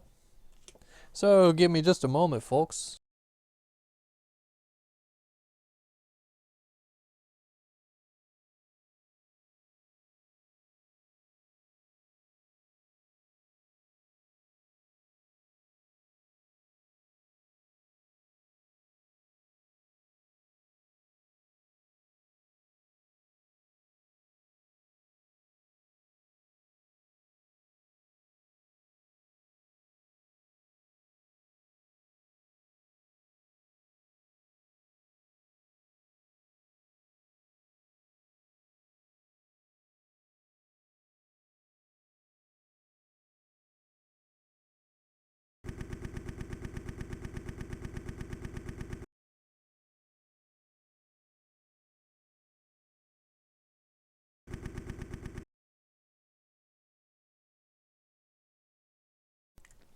All right, it looks like we actually just loaded in time to catch the start of this here race. Got to turn cameras back on.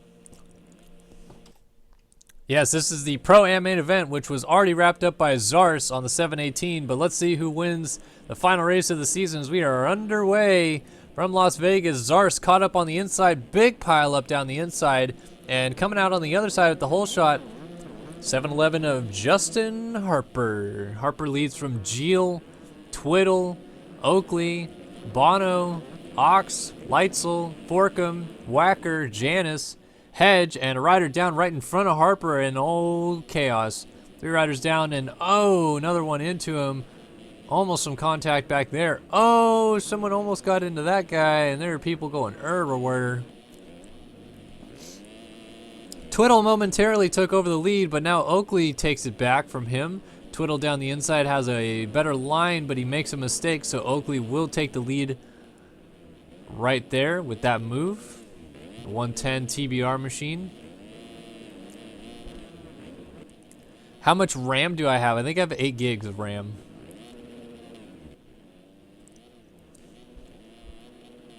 User joined your channel. Checker's joining us once again, interestingly enough, not racing the Pro-Am class tonight. Yeah, man, I only ride 450s, bro. Doesn't even want a 2-stroke warriored up. Anyway, we have got a battle for the lead, rip-roaring through the fields here. Oakley ahead of Twiddle. Twiddle lost it for a moment, but is trying to fight back and get it. Down the inside will just take Oakley to the ground and take the lead away. Does not get the rhythm section clean. That was actually a really good pass. I mean, obviously he took his front wheel out, which we never like to see too much, but he ripped that corner and left him some room. Oakley just didn't expect it. Logan Leitzel. Getting a little crazy, now going backwards. Harper ends up coming from off the track on the inside and puts Leitzel on the ground, and then there's more people that were not able to jump the finish, and they're all kind of sketched out. Whoa. And before he crashes, give a shout out to my boy Carson Forkum up in the number 4 spot. That away, Carson. He's one of the newer guys to this game, and he's getting the hang of it in this Pro-Am class. He's starting to get into the main events and showing some speed. I like it. Just another one of the little youngsters that's being brought up through the ranks by the moto chasing Mr. Chase Donovan, showing him the way. I mean, he looks 12, so all these young kids think that, you know, he just fits in with them, right? Well, Oakley is going to try to close in on Twiddle for the lead. Bono, Cooper, and Forkum. Oh, into Cooper, and there's a stack up. Forkum down, and there goes a trail of riders, including Friesen, Harper, and Ty Smith.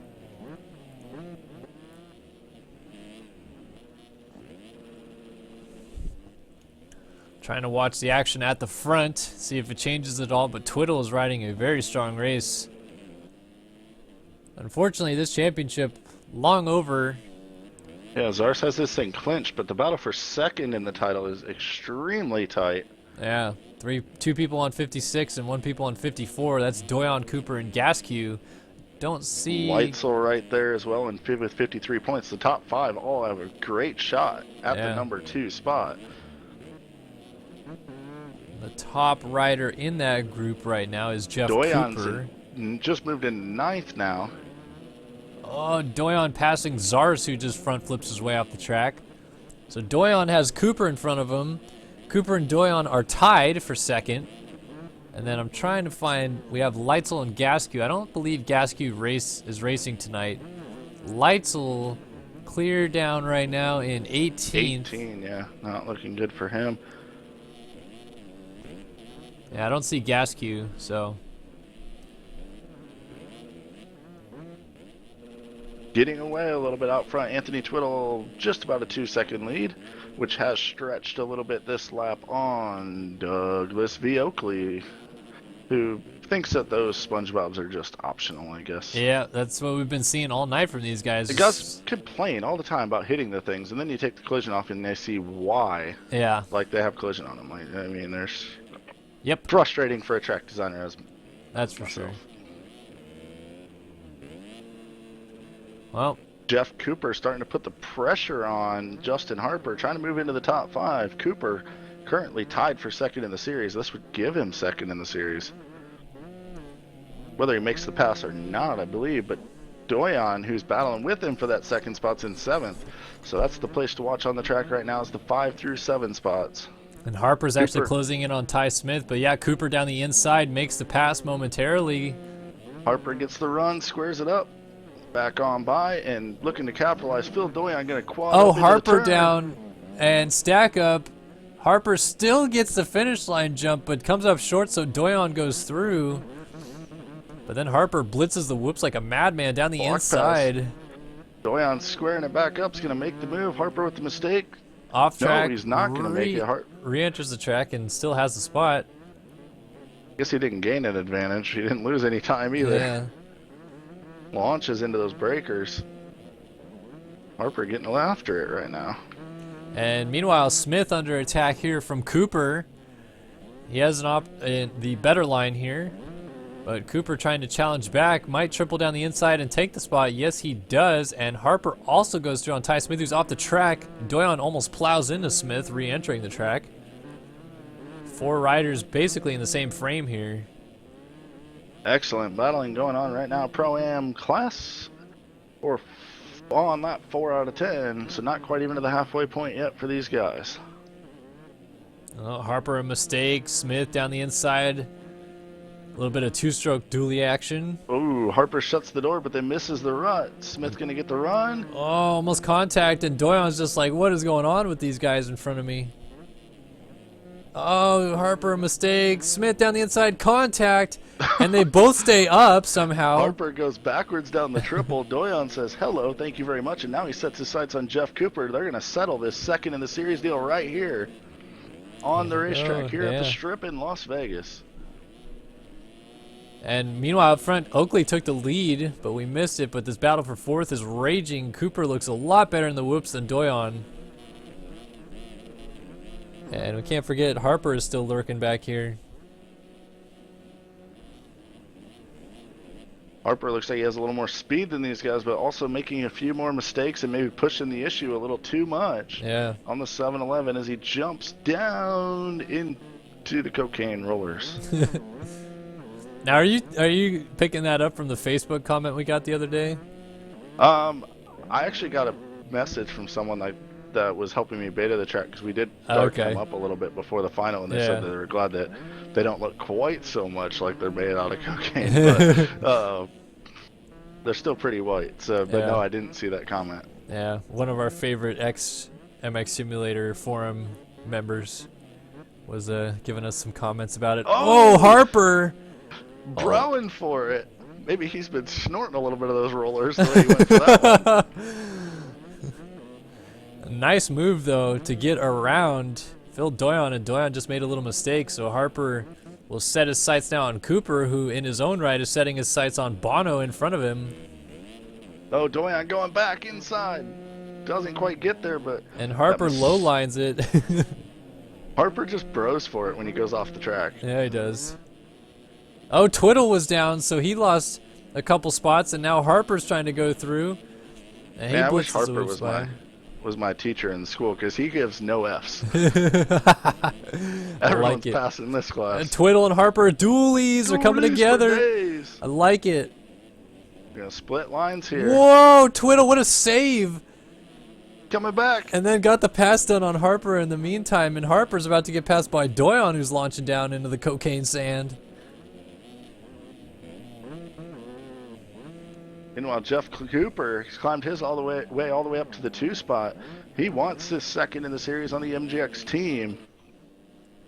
And Doyon moves around Harper. Harper coming back there. He's got the inside. He's going to put him up in the berm. Oh, nice move. Doyon counters down the inside, has the line, and shuts the door down on Harper, who hits the deck, and Twiddle goes through. Harper gets up behind Twiddle. Some killer racing going on right now. Whew. Dale Mullen's hey, behind Kellen, you know guys. what time it is?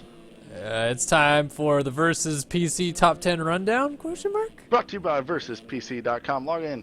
Customs builds, computer parts. They have some pre-built machines you can pick up. All kinds of rad stuff at VersusPC.com. Proudly sponsoring Race Factory Gaming.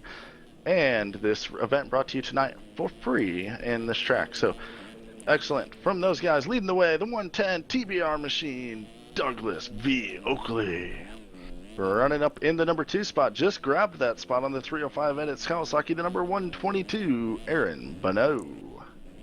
Bill Doyon's moved up into the 3rd spot around Jeff Cooper. You know what that means. He's got 2nd in the series on lock right now. If he can hold off Jeff Cooper, who just gets passed by Justin Harper, their battle's about to rage on again for the 4 and 5 spot. These two have been glued together as they launch down in front of the grandstands into the cocaine rollers. Anthony Twiddle moves into the number 6 spot on the Architect Machine number 450. Dale Mullins all over him, rides for J. Perry Designs. Brian Turner runs in the 8th spot, another Architect rider. Ty Smith 2-stroking it. Bentley Graphics ride in the number 9 spot, being chased down right now by the Motor Chase in 128 of Carson Forkum, looking to make the move. Forkum gets over the double clean and into the outside. And those guys round out your VersusPC.com top 10 rundown. Log on to VersusPC.com, tell them that Race Factory Gaming sent you, and they will hook you up like a tow truck. There's some good battles going on inside of the top 10 as Twiddle's about to get passed by Mullins, but Mullins lands on him and goes off the track. Now Twiddle's right behind Cooper. Then ahead of this, Doyon's trying to close on Bono. And Harper, Cooper, all these guys still pretty close. Cooper just went off the track. Lap 8 of 10, I believe, correct? We are on lap 8 of number 10 for your leaders. Doug Oakley's got about 6, almost 7 second lead on Bonneau. Looking for the battle in the top 10 right now. It looks like it's still for that number 9 spot. Forkum gonna make the move on Ty Smith as Ty Smith's off the bike. Forkum quad up into the turn. Then you see Jack Zarst for the first time in the race. Buried in the pack. He's in 11th, laying on the ground. Gonna allow Corbin Lenaway to move by. So Lenaway now gonna look to knock on the door of the top 10. Ty Smith, Bentley Graphics rider, gonna have to try to get back going from that crash. Get in a groove before Lenaway moves his way by. Lenaway with a mistake. Here comes Jack Zarst to capitalize.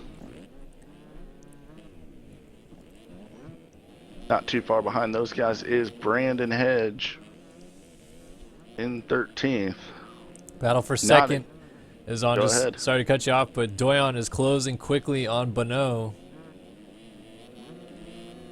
And don't count out Jeff Cooper back and forth, 7.5 seconds back.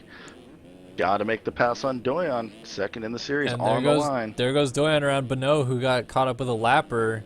I think Cooper gonna get through clean. was hoping He's that those quadding over guys. him. Wow, somebody must have told Quad him that God. those guys were down. And here's Twiddle trying to get around Bonneau. But it looks like he's might be on the run. No, neither of them going to get the quad. Awfully nice for Twiddle, who ends up getting caught in the bales there. These smaller CC bikes struggling a little bit with that finish line jump. Got to get a good run out of the corner to get up and over it. Saw it earlier in the 125 class on the team championship, going for that Vanderhoof Cup. Our leader, Doug Oakley, off the track. Doyon only 5 seconds back. Oh, and He's Oakley's gonna over the take bars. lead as Oakley panics, goes through those bales. Forgot that the Davlos bales were in play there, and done below the lead as Doyon goes to the front. Number sign 228, or 228 number sign Phil Doyon. Leading the race. He's come a long way since he was just a noob ripping up the stock track servers in the 03. And Cooper got by Oakley as well, so second and third, well, tied for second in the championship, are first and second on the track right now, and Oakley's down the inside of Cooper, but Cooper's fighting back and gets it, and then throws down in front of Oakley, says, I don't want none of that. They got a lapper between in the middle them. of them, go right on by him. Lap 9 for these guys, so Doyon about to click onto the white flag lap, and Cooper is trying to close in. Cooper with all kinds of style every time he quads that thing. White flag for Doyon. Oakley wants the 2 spot. Cooper's got to lay it down right now. He's got 5 seconds separating him from second in this series. Our already crowned champion, Jack Zarst, not even a factor in this race. I think more than just second in the series, Cooper really wants to win this race right now because he's got a whiff at winning this thing. And unlike Doyon, he has not won a race yet in this series as Oakley crashes out of third, handing it to Twiddle. Cooper is down. Oh, Cooper down. So Twiddle will actually get Oakley and then Cooper in the next section. Oakley cutting the track is bye-bye. And Oakley cuts the track and out of the server he goes, I assume. Cooper trying to regroup a little bit from all that nonsense as Oakley is gone.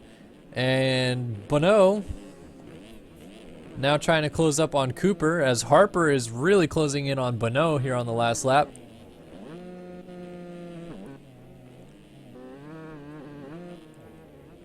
And Harper down the inside will just wreck Bonneau's day. That was like some sort of gypsy lag shit right there. I don't know what that was, but Doyon is going to come down and seal the deal here on the last lap as long as he stays on two wheels. Anthony Twiddle's trying to keep things close. And Doyon off the track. Re-enters safely though, and Phil Doyon secures second in the series with that win right there. Doyon wins the main event on the Las Vegas Strip. Twiddle picks up a second and Cooper picks up a third. They're all pretty close at the end. Harper ended up bringing it home in fourth by the end of it. Bonneau coming to the line will take a fifth ahead of Turner as they work their way around to Lapper. Jack Zars, your series champion, wrapped it up a race early. Takes the seventh in the final race to affirm his championship. Ty Smith, eighth. Dale Mullins coming down. He is in ninth and will stay in ninth as Lenaway is down. So Hedge actually goes through into 10th. And Forkham goes through into 11th around Lenaway. So some shuffling back here just outside of the top 10. Hedge looking to pick up 10th here. And gets the last rhythm nice and smoothly to pick up 10th. Lenaway ended up getting back by for 11th, and Forkham must have had a crash, so he will end up 12th here.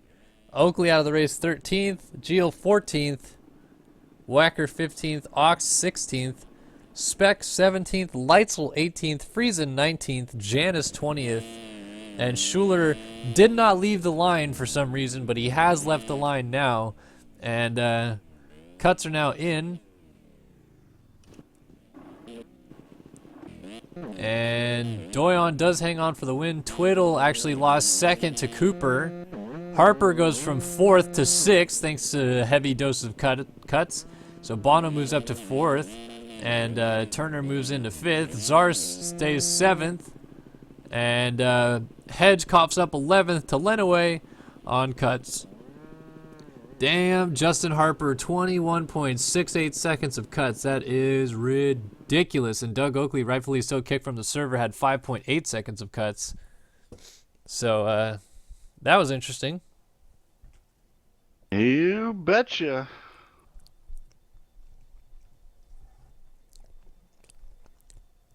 And now on to the big boys. Lights Pro Championship getting wrapped up here. Is this is going to go 12 laps, correct, Chris? Nope, 10 laps. Oh, 10 laps for this one as well? Okay. Yep, 10 laps for everything except the AM main tonight. Okay. Just obviously in the interest of time. And then we're about back in the team championship stuff, which when we get those things ready to go, I will update you guys on the standings Sweet. Of the team championship. Just an update on the Lights Pro standings going into this final race. Armstrong 1 point ahead of Jack Haley, and Armstrong is 15 points ahead of Shipley and 25 points ahead of Sean Klein, but Sean Klein mathematically eliminated from the championship by virtue of not having enough wins in the series. So only 3 people alive, Armstrong, Haley, Shipley. Basically, if Armstrong finishes in front of Haley, he'll win the championship. If Haley finishes in front of Armstrong, he will win the championship, and Shipley needs a big points haul with both of the 2 front runners having some issues to have a chance at this title here tonight. But we're about to watch this thing and find out, and look at all the talent stacked up in this lights class tonight. Leak and Burkeen and Fresquez and Mitchell and Haley and Armstrong as we are underway. Root also in this one, but man, oh man, the land rush into turn one. Burkeen and Fresquez make contact. It causes a stack up. Armstrong had the whole shot, but he gets booted off the track, so Leak goes to the front and down the inside. Yeah, Jeremy Smith also in the mix here. Don Klein third. Burkeen gets across in the fourth spot. Jonathan Hughes up in the mix with the 19 as Siebel. I think I see Fresquez lurking back there. Yeah, Burkeen is also in the mix as well on the 8, right on the inside of Siebel, and then Siebel makes a huge mistake and jumps off the track. Armstrong runs in 19th. Jack Haley in 22nd place. Those guys are 1 and 2 in the series. Wow. With a huge points lead, they're going to have to work through the pack to make this championship happen. Shipley is also pretty far back, if he even is in this race. I don't see. Huge pile up after the sand corner. Crap, Armstrong yeah. at the tail end of it. It's actually going to help him get some spots early. Then he makes a mistake and gives them back. Root dead last on track right now. I'm trying to find Shipley, but I don't see him. So it might just be a battle between Armstrong and Haley going to this ending here. Yeah, I'm not seeing Shipley in the race as Smith goes to the lead Shipley in front of Leak. maybe did not qualify. Yeah.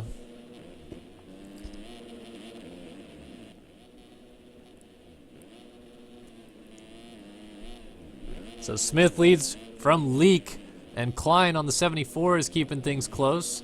See quads up behind Leak. Over the line to complete lap 1. Smith, multi-time 250 champion, 250 motocross champion, 2-time 250 supercross champion. Knows how to ride the crap out of these little bikes, that's for sure.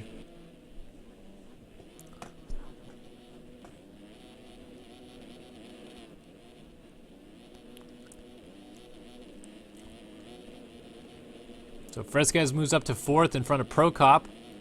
And Colton Mitchell's up here as well. Dominic Tiberino, Jake Rose, Chase Blakely, and Jack Haley, the first of your 2 championship contenders, comes through, and he is in 10th. Trying to find The battle for the lead is Armstrong. looking ridiculous right now. The top 3 separated by less than 2 seconds. Smith, Leak, Klein, off and racing. So Leak trying to keep Smith honest here. Leak, one of the better 250 riders in the game currently, but his accolades don't really hold a candle to Smith's 250 accolades. Oh, and Accolades Smith! or not, Leak doesn't care. Oh. He'll take that lead all day, every day. Down he goes. Klein actually made up a lot of time in that whole scuffle and is now right on the back tire of Leak. Klein's corner speed looks really good. He's flowing in and out of these things, using kind of lower spots of the berms on entry. Blowing around the track. Trying to keep Leak honest at the front. Prokop moves into 3rd after the crash from JS4. Mitchell now 4th, and Smith back to 5th in front of Tiberino and Jake Rose. Update, Jack Haley 16th. Armstrong, where is Armstrong? Did I miss him going through the field? There he is. 12th now for James Armstrong. So Armstrong now back ahead of Haley in terms of the championship, but these guys are actually fairly close on track still, and Armstrong just got passed by Jonathan Hughes. Oh, but Haley just went down. He's going to lose a bunch of time there.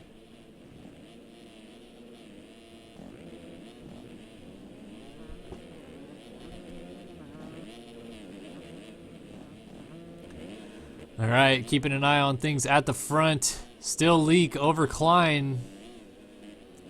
Leak trying to use the outside lines, working it.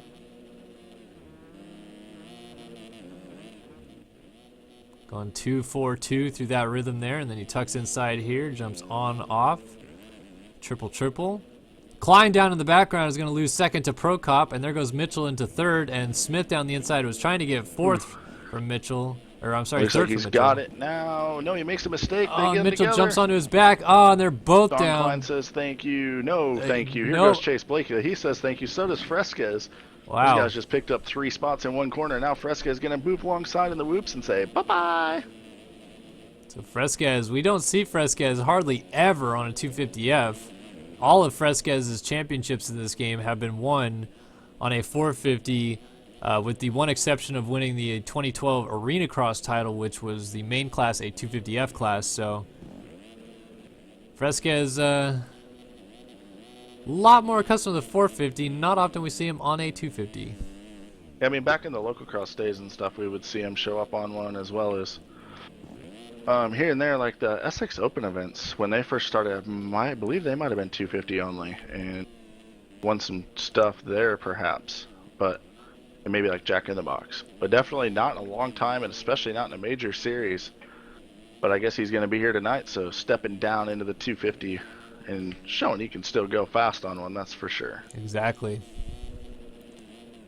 There he is. Blakely still giving chase. Jeremy Smith is back here as well. Then Burkeen comes through. Just a train of champions. Jake Rose, Dominic Tiberino, and then Armstrong, your first of your title contenders coming through here. So Armstrong runs in the 9 spot right now, and we'll try to keep you up to date on where Haley is. Remember, those guys only separated by 1 point coming into this championship finale, and they're the only two on track at the moment, still mathematically alive for this championship. Haley, though, holding on by a slim margin. He just moved into the 15 spot. Now 14th is another rider down.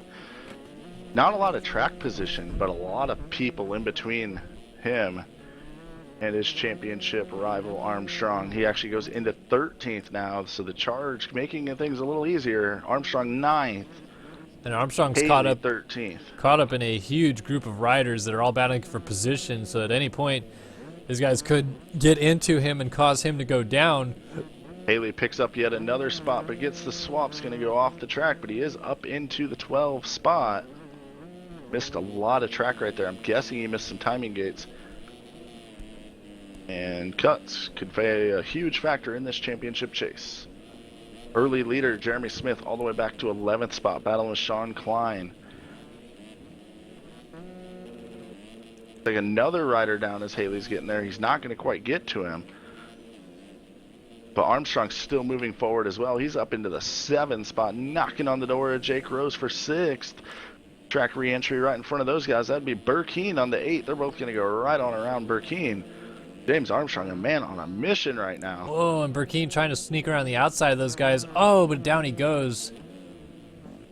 Armstrong goes into the top 5 now. What a comeback from the 33. This is a championship performance. Yeah, he's charging. If I've seen one. And Haley is now pretty much in the same section of track as him, but he's about 13 seconds behind, if I could guess, a time between the two. Check in out front. We're past the halfway point of the moto. Racetech Top 10 Rundown. Racetech.com suspension engine services.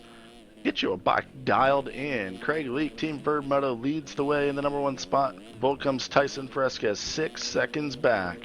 Runs in the 2 spot. The battle is on for the final podium spot. Zach Prokop back from a lengthy suspension tonight. Has Chase Blakely all over him, but welcome back to racing for the 136 of Prokop. 18 of Blakely misses some huge amount of track right there. Looks like more of a mistake, but didn't lift, and he is all over, so we're going to stay with this battle here before we continue the top 10 rundown. Don't want to miss any action on the racetrack.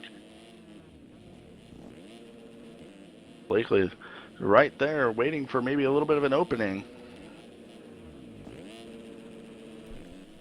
Prokop looking fast. Both these guys in the 127s as their hot laps. Into the bales goes Prokop. He's going to save it, but not be able to double cleanly. Goes to the inside. Blakely around the outside. Different rhythms. How's it going to work out? Blakely has to quad, but he's not going to get it, and he's going to lose some time, actually, at the end of all that. He hung the back wheel on the triple. Couldn't get the quad out, and if you don't get the quad out, you lose time in that other rhythm. Another mistake, so we'll continue the top 10 rundown as Blakely's lost touch a little bit. In the number 5 spot, our championship points leader looking to become a SX Madness Lights Class champion, James Armstrong. Up into the top 5. Colton Mitchell still gives chase. A lot can happen in the front. These guys not that spread out. Matt Burkeen settles into the 7 spot. It's Fro. Dominic Tiberino running in the 8th spot on the 77. JS4, Jeremy Smith runs up in 9th. Walter Gebhardt rounds out your top 10. It's Salty Walty the last rider in the Race Tech Top 10 Rundown, racetech.com. Log on and buy some stuff.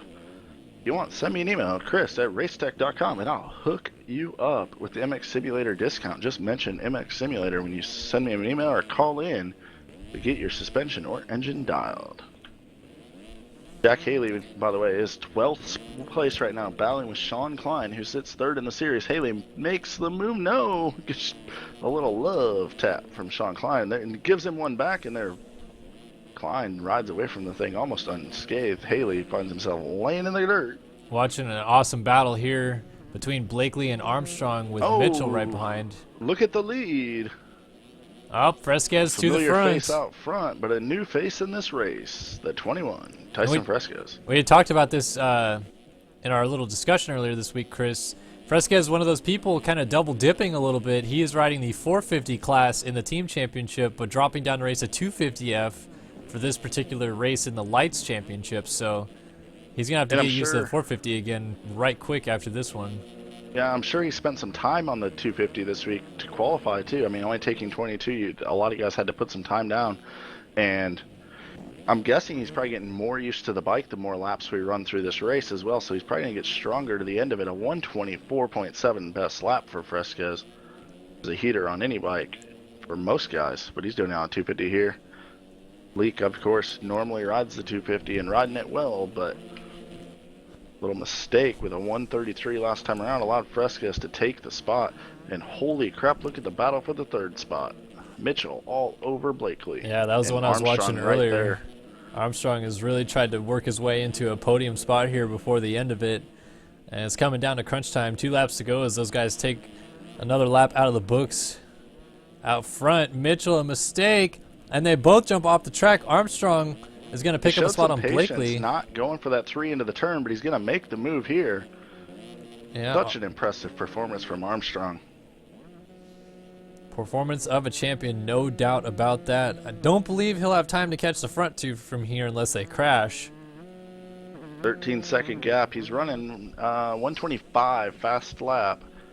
So, oh, Fresquez, a mistake, lays it down. It's going to open the door back up for Craig Leak, who was just starting to lose touch with him. Leak can now be on the same straightaway. That might be the motivation he needs. Try to reel in the 21.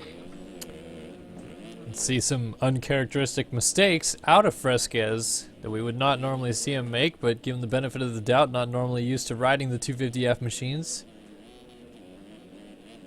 It looks like Leak's continuing to close and has found some flow right now. Gap looks like it's shrinking on Fresquez, and we're going to come around and have the white flag, so it's going to be 1 lap to go for these guys to battle this thing out. Leak running that outside line there.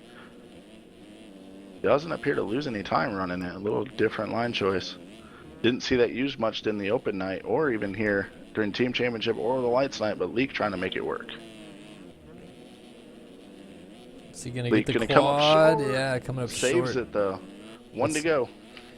Last lap of the Lights Pro class here in the SX Madness Series, wrapping up the Pro or the Open and Lights classes with this final lap here. We still have the team championship to finish off, so don't go anywhere after this main event. 4 motos to decide that thing. While you watch the leaders, update for 3rd. Colton Mitchell has moved around James Armstrong, has Armstrong all over him. That might be the better battle to watch on the track. Armstrong trying to move back into a podium spot as he looks to put a stamp on his championship. Man, those guys. Oh, contact. Down. Yeah, right into the back. To go by. Burkeen through is Smith. No, Smith is not close enough. So Smith has Blakely to deal with. Looking back to see if I can find Haley. Haley is 12th and on the ground now, so he is Yeah. outside the top 15 at this point. Kind of a shame. It's been a while for Armstrong to win a championship, but he just wrapped up the Lights Championship Prince of SX class in FAMX Fall Cup. And Haley still has not won anything, despite being one of the better players in the game of the modern day. But he'll get there someday. Right now, man of the hour in this class, though, is all the number 21 of Tyson Fresquez, who just looks way too smooth to be Grubbing realistic. everything. Yep, and Fresquez will bring it home and win the main event in the Lights Championship. So 2 different wins tonight for Fresquez, 1 on a 450 and 1 on a 250F. Now let's see if he can wrap it up with a 3rd win on a 450, as Leak should hold on for 2nd here. Mitchell is going to hold off Burkeen coming to the line. And then Armstrong with a And solid Bauer. 5th place effort. Yeah. We'll bring it home. Coming from way back. A little bike hump over the quad. He knows he has done it. Your SX Madness Lights Class Champion. That 33 will be replaced by a 1. Mad Cape Racing's James Armstrong is pumped. He's going to park himself up on the podium along with event winner Tyson Fresquez and spray each other with some champagne. Sean Klein just made the pass on Prokop after Prokop went down. Don't believe Gebhardt will get to him. Tiberino's trying to keep things close. Whelan is not close enough to either of those guys.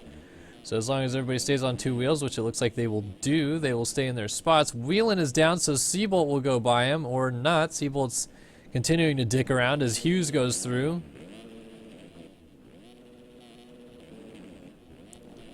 So Seabolt and Whelan hanging out here. Root had a rough go of it. Zoe Cross, Chase Donovan, Branson, and Jack Haley, after getting taken out by Seabolt, called it a quits on his night. Whoops. And he ended up 19th in the end of that one. So we'll wait for cuts to come in and then move back into team championship mode. And let's update those points. So our top 2 teams are tied. 21 Savages and Team Brady and Craig both sitting on 16 points. Team Prime Designs is close behind with 18. Volcom has 21 points. Rounding out your top 5, it's Connect with 30 points. Moto Chasin runs in 6 with 32 points. Tiger with 33. And then a 3-way tie between DX3, Verb, and Bentley Graphics on 36 points round out your top 10 teams. So it's definitely a shootout. The top 4 teams, though, 21 Savages, Brady and Craig, Prime Designs, and Volcom, separated by just 5 points going into these last 4 motos.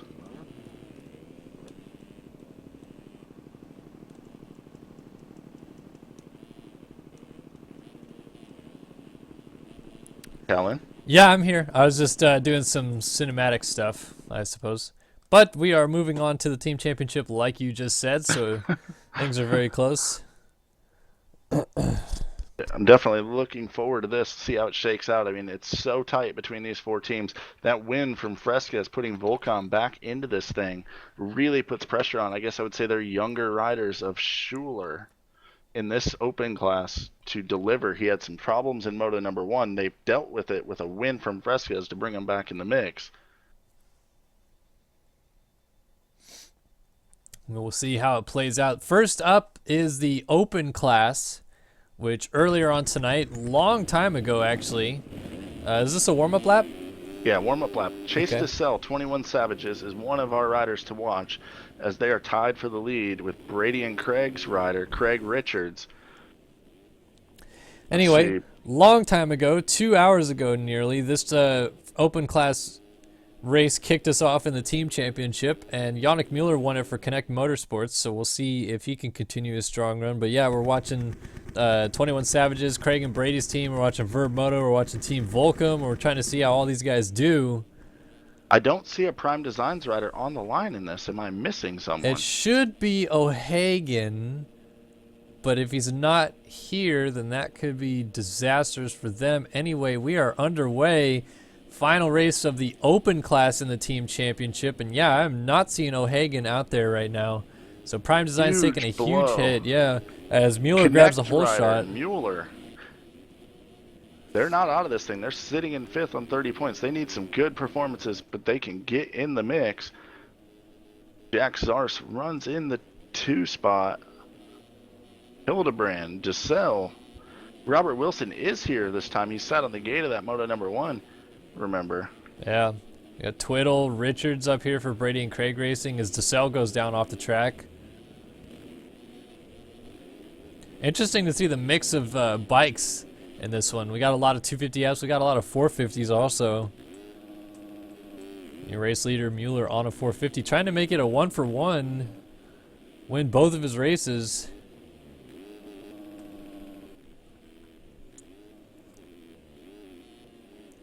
No real threat from Zars yet. Hildebrand under attack from Twiddle as Hildebrand jumps off the track. And he will also be passed by Craig Richards on the 65, Craig and Brady Racing Machine.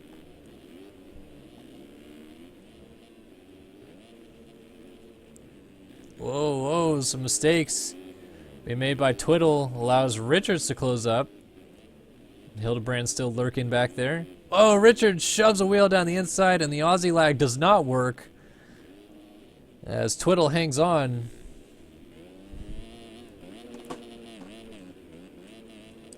So Hildebrand back into fourth. Callaway for Verb now moves into fifth, but he just goes down. Superman's his way through the rhythm section. So Ty Smith makes the pass, but Frazaka doubles him up down the inside for Tagger.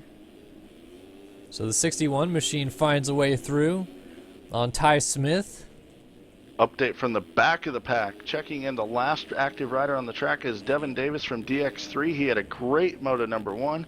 His team in that huge battle for inside the top 10, at the tail end of the top 10 in this team championship. He has a lot of work to do on the 45 machine. Save his team's chances at a good finish here. So much chaos going on. Frazaka just lost some spots as Stinson goes through.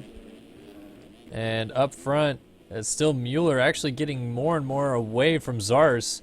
Mueller's been on it tonight. Don't see much of Mueller in RF, given that he's from Germany. But awesome to see him running out front. He's a ripper, though. Yes, he is. Richards trying to close back in on Hildebrand for the 4 spot. Oh, but he goes down. DeSalle will go through. Oh, that's huge in the points. 21 Savages rider Chase DeSalle makes the move on the Brady and Craig rider. And then Craig puts Colby Eagland on the deck, coming back on the track. That's not good for Brady and Craig's Craig Richards. Yeah, it's not a very healthy looking tracker entry, that's for sure. At a solid. It about looked as good as his internet connection on these U.S. servers.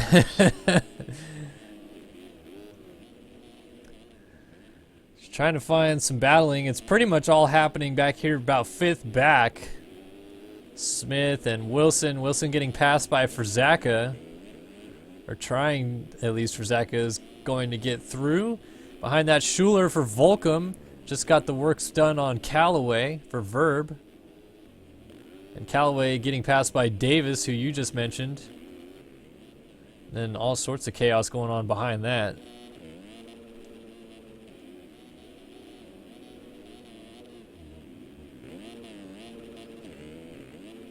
So lap 3 of 10 currently for these guys. Lots and lots of battling. Volcom 8th in moto number 1. His team had to work hard to get back in the mix. And he needs better than a 10th here. I think if they're going to win this thing, he's going to have to get some of these guys that are right in front of him. Yeah. Well, the good news is, like you said, they are right in front of him, so it's not like he has to make up too much time to do the passing. He just has to get the passing done. The 2 teams leading the way right now, 21 Savages and Brady and Craig, are 5th and 6th on the track. So he's not losing a ton of points. But if he can get around, you know, maybe a 7th or even an 8th like he got the moto number 1, he has a chance to help his team out as the battle for 4th, 5th, and 6th looking good. Here, Hildebrand getting pressured from Richards, and he drops that spot. So both Richards and DeSalle move on past Hildebrand into the top 5. Oh, Richards having some issues in the whoops. Good save. Hildebrand looks like he also made a mistake. Interesting to see Jack Zars on Moto Chase and runs up in the number 2 spot. We saw him in that Pro-Am class where he dominated the championship, have a horrible race. I don't even think he finished in the top 10 in the Pro-Am division. Now running in 2nd in this, and he stayed on the 250. Yeah. So it's not like he was struggling because he had to ride the 250. He just had a bad race, I guess, or maybe he was relaxing a little bit, trying some new stuff here, getting ready for this championship run. Moto Chase and runs in 6th in the team championship coming into this moto. Yeah, Zar's looking good for sure, but he keeps just losing chunks and chunks of time to Mueller, who is just cruising away at the front. I mean, just can't speak enough about how well he's riding at the front of this field. Very talented field at that. 125 lap time, flat as can be. Just like no mistakes. You don't see this a lot out of people that you don't normally watch ride, I suppose. You see Fresquez do it, Smith do it, but Mueller is proving to be just as good as any of those guys tonight. Also proving that he does not care that those SpongeBobs are there since they don't have collision and goes right on through one of them. Lapped Rider's starting to play a part perhaps as he's got a couple of them battling right in front of him. Right in front of the versus PC spectator area there. That would be Peter Like for one of them, and I'm trying to look at the number of the other one. I believe it's an MGX rider, and it is, and it takes him down.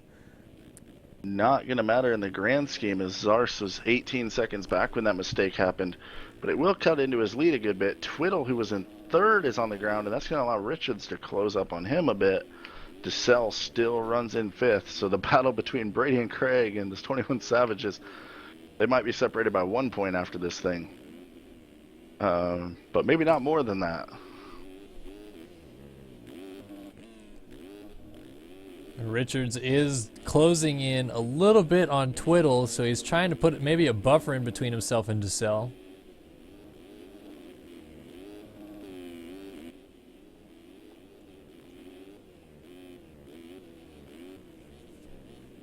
Richards looks like he's dropping the hammer a little bit. Looking at lap times. Oh, DeSalle down. He's going to lose a spot to Kevin from Zaka. Team Tiger Designs. Tiger running 7th right now, so they need all the points that they can get out of for Zaka. Davis has put on a great ride to get through the field. He's now on DeSalle, who just had that crash. And he's up to 7th. When you mentioned him, we checked back on him. I think he was in 17th. Dead, yeah, last active rider on the racetrack. He's looking to move around the 34 of DeSalle. Bad news for the 21 Savages if Chase DeSalle starts going backwards. And here is Davis down the inside, aggressive block pass, but no contact. Yeah. Both guys got out of the corner clean. Davis is on a mission to the front of this field. DeSalle on a mission to face plant. Not looking good. The pressure maybe getting to the 21 Savages rider Chase DeSalle. And still, Richards is working on Twiddle, who, I mean, I believe Twiddle was racing in the amateur class tonight, if I'm not mistaken. But now down he goes. So Richards will get that spot. I think Twiddle will get going before Frazaka gets there. It'll be close, though. He is going and only has a small gap. Almost looped his Larry off the table. Yeah, about 2 seconds now on Kevin Frazaka. Devin Davis is up to 6th. He's on the ground, though. Is DeSalle going to get back by him? No. DeSalle slides it out. DeSalle, his team, not looking happy in the chat. And now Ty Smith looking to try to make the move and push DeSalle back. Just more and more huge blows for the 21 Savages team. Team Volcom moving up through the field. James Schuler finds himself in 9th. I find it a little interesting, to be honest, that we got two teams fighting for the win right now that were pretty much established this week, if you will. So a lot of the heavy hitter established teams that we thought would challenge, like the Volcom, like the Verbs, so far not showing their strengths. I know the Brady and Craig team was actually pretty much when this thing was announced set. And it's been like an off-season deal going with these guys. So it has been a team they've run this whole off-season, maybe with, I think they actually all ran the same name too. Well, I mean, that Brady, the Brady Craig. But it is a new team. It wasn't part of Nationals. Right. A Brady Craig team with Shipley and stuff, that's kind of like just the old system decal. So it's not like they're completely new teammates or anything for sure. But it's interesting to see that, you know, some of these established teams are really struggling.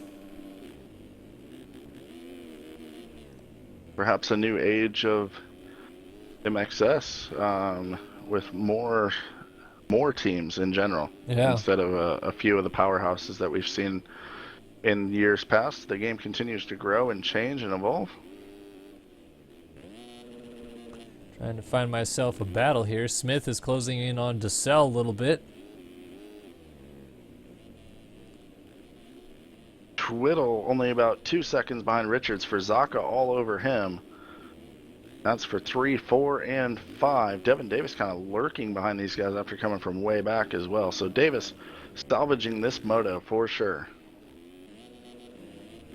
Up front, it's just all alone right now. Oh, Yannick Richards is Mueller. down in third. He's going Oh. to lose some serious spots as he tumbles over the berm. Twiddle, There's two. Fazaka go through, and Davis won't get there in time, but he's going to gain a lot of time on Richards, and that's going to help out the 21 Savages team with DeSalle struggling a little bit this moto.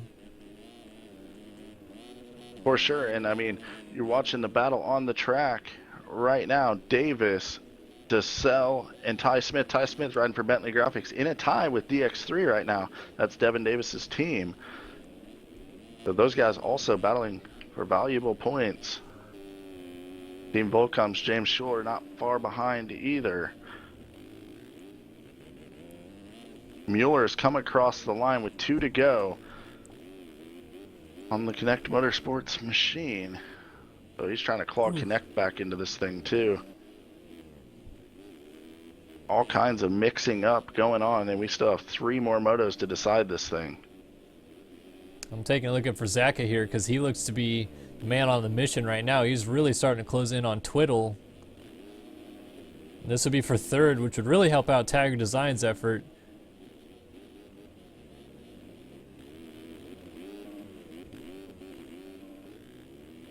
I don't know much about Anthony Twiddle, but a great performance by him tonight. No kidding. That's what I'm saying. He was either in the AM or the Pro-Am class tonight, which both of them you wouldn't expect him to take it to guys like Richards or Fazaka necessarily. But he's looking great out there. It's holding him off. Speaking of looking great, a few turns and a few sections to go for Yannick Mueller. Connect Motorsports looking to put a number 1 on the board with the number 50 machine. Comes through a couple rhythm sections to go. He's going to nail the quad one more time. Got a rider down in the berm, so he's going to look inside. Pop off. Man, oh Excellent man. style, man. Just untouchable tonight. But yeah, Mueller's going to help out Connect Motorsports' cause. He takes the win here. Oh, he's got 1 more to go, I guess. Sorry. Oh, I thought it was the white flag too. Premature celebration. That was interesting. I mean, he's still going to win this race, I assume. He is way ahead of Jack Zars. Either way,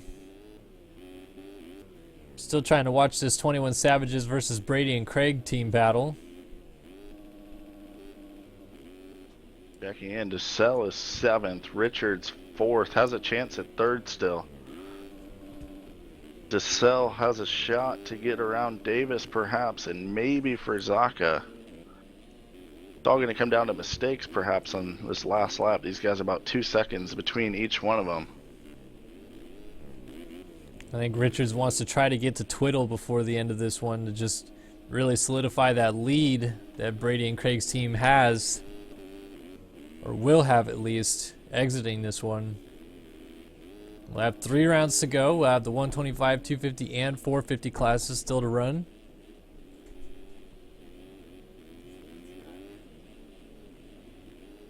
Go ahead and keep talking, Chris. Yeah, the pressure is definitely going to build for these guys as the motos tick on. And no pressure out front for this guy, though. Yannick Mueller front flipping the quad into the last turn. Now he's going to take the victory with a win in the open class, the team championship for the Vanderhoof Cup. Yannick Mueller Connect Motorsports takes the win by 30 seconds.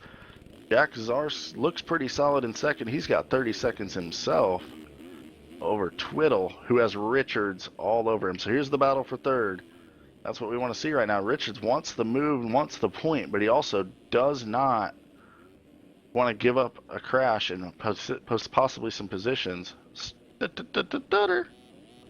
One more turn. See him down to this last turn is my guess. Richards going to get the quad. He's got a run on him. He's got the inside. Makes the move. Richards, does he have the podium locked up here? Twiddle goes for a quad double. He's got the line on him. Oh. Richards gets through the turn. Takes home the 3rd spot. Twiddle going to come across in 4th. Tagger Designs, Kevin Verzaka in 5th. Davis's charge was brilliant. He's now battling Volcom Schuler. Schuler needs this spot. Volcom desperately needs it. Davis with a mistake. Is going to hang on, though, I think. Schuler's not going to get there in time, so Davis gets 6. Oh, DeSalle is down. Loses a spot to Ty Smith in the last turn. Unfortunately, 10th is already finished, so DeSalle's guaranteed 9th here. will get up and finish 9th. Cuts are in. Top 10 stays the same. Mueller, Zars, Richards, Twiddle for Zaka inside of the top 5. So, Chris, I assume you're going to go to work numbers. I'm going to go do crunching. some math. It looks like after this one, it is Brady and Craig that now separates himself as the top team. And 21 Savages will likely stay second, but it's going to be a little bit closer now as some of those other teams. Moto Chase and Verb trying to get up in there. Connect Motorsports with another win here. So I'll now move on to the 125 race of the team championship. Got 3 races to go tonight. And we'll see how this team championship goes.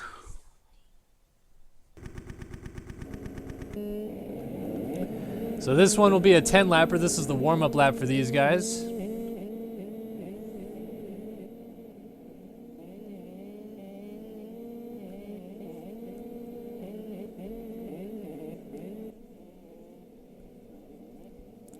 We got Heckman, Chapman, Cody Branson, Matthias Janis, Nathan Zaworski, Connor Holiak, Brady Stanley, Kyle Robb, Chris Channing, Samuel Bergeron, Dale Mullins, Reed Young, Ben Toy, Fred Heather, Caleb Stillman, Brandon Rowland, Jeff Wacker, Dylan Copeland, and Stephen Cameron all in this one.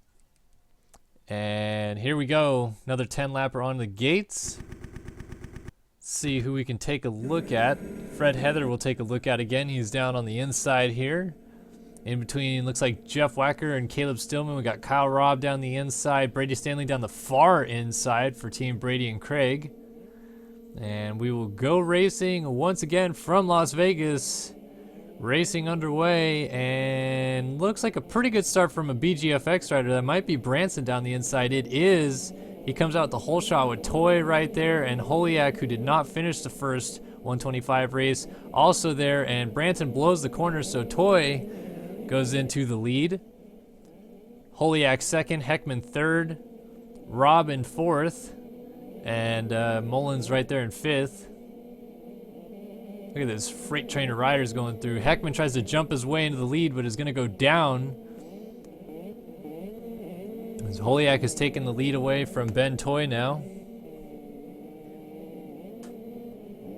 Oh, and Robb slides through for Prime. So Prime Designs would actually be looking really good with Robb taking the lead here, but unfortunately O'Hagan not even racing in the last race is going to kill their chances here. As Chapman for Moto Chasin', who won the first main event in this 125 class, using the track barriers as mere suggestions and not requirements, again, as we've seen through most people tonight. Trying to go after Robb for the lead and go on board with Mr. Chapman.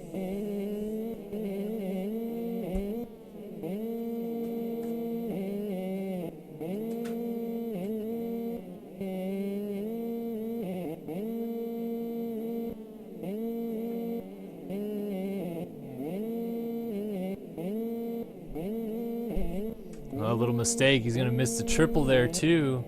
And if he was a little less fortunate, Holiak would have made a pass there, but Holiak made a mistake. So Branson now trying to give Holiak a little bit of a run there. Oh, almost contact.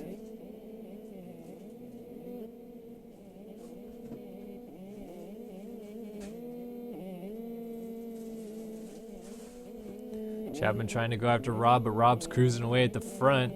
Here is Stanley for Team Brady and Craig.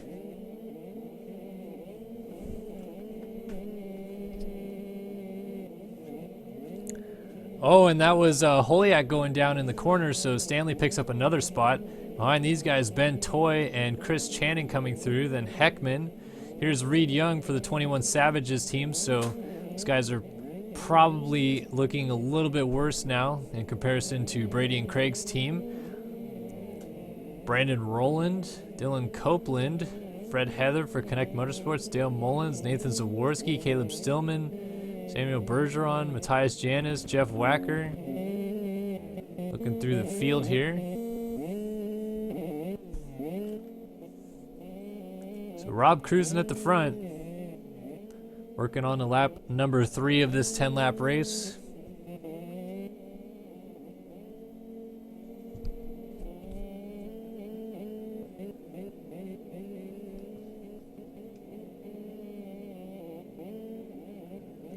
Chapman's trying to keep him honest for the lead.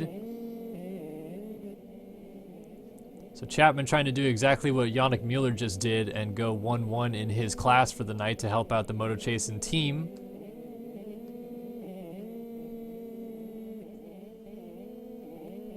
So let's see if he can do that on Rob. Meanwhile, Branson is actually starting to close on both of them by the looks of it. He's putting in some good laps. You can see Rush just there in front of him.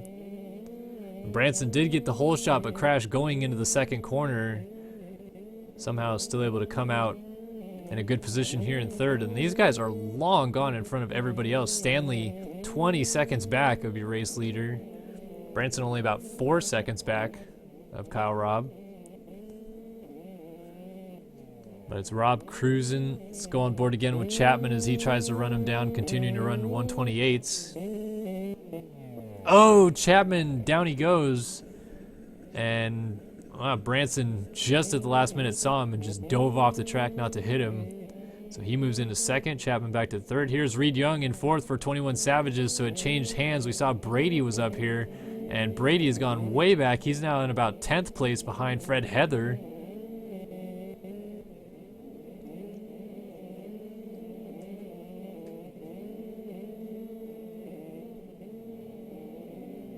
And Heather trying to hold off Stanley. That was Holiak down off the track right there.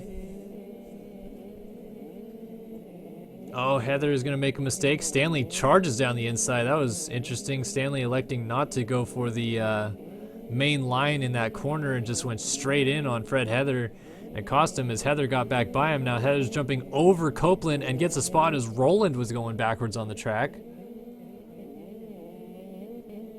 All right, update on points. Brady and Craig sit on 19 points, lead the way. 25 points for 21 Savages, 28 points for Volcom, so they're only 9 out of the lead. Connect sits at 31 points in Moto Chasing.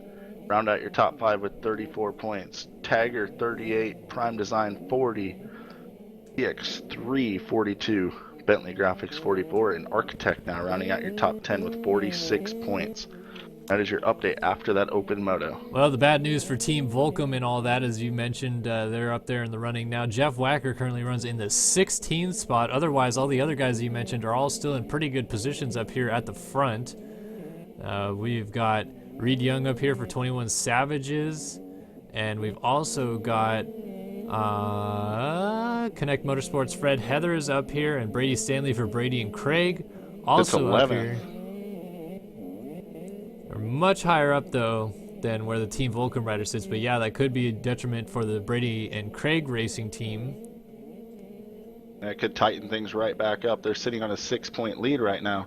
That could be erased pretty quickly with an 11th place finish. I have to expect Stanley will move forward in this race. Just taking a peek back up front. It is still Rob just cruising ahead of Rush Chapman. We saw it earlier with Fresquez pulling that one off for the Volcom team. He pulled him right back in the mix. Perhaps that could happen here with Kyle Robb, Prime Design Graphics. Could they pull off a win, missing an open moto? Could still happen for sure. And it could still happen to go Team Volcom's way, even if Wacker continues where he is and has a terrible finish in this moto. If you save Root and Fresquez go 1-1, which I say they're very capable of doing. Brady Stanley is on the fence, stuck, gets back on the track over the back of the berm. He's dropped to the 12th spot and lost a lot of time. That's allowing Wacker to actually close in on him. Yeah. Stanley's not having a good go of it for the current team championship leaders, and Wacker's going to get around Fred Mullins. Heather down on the ground.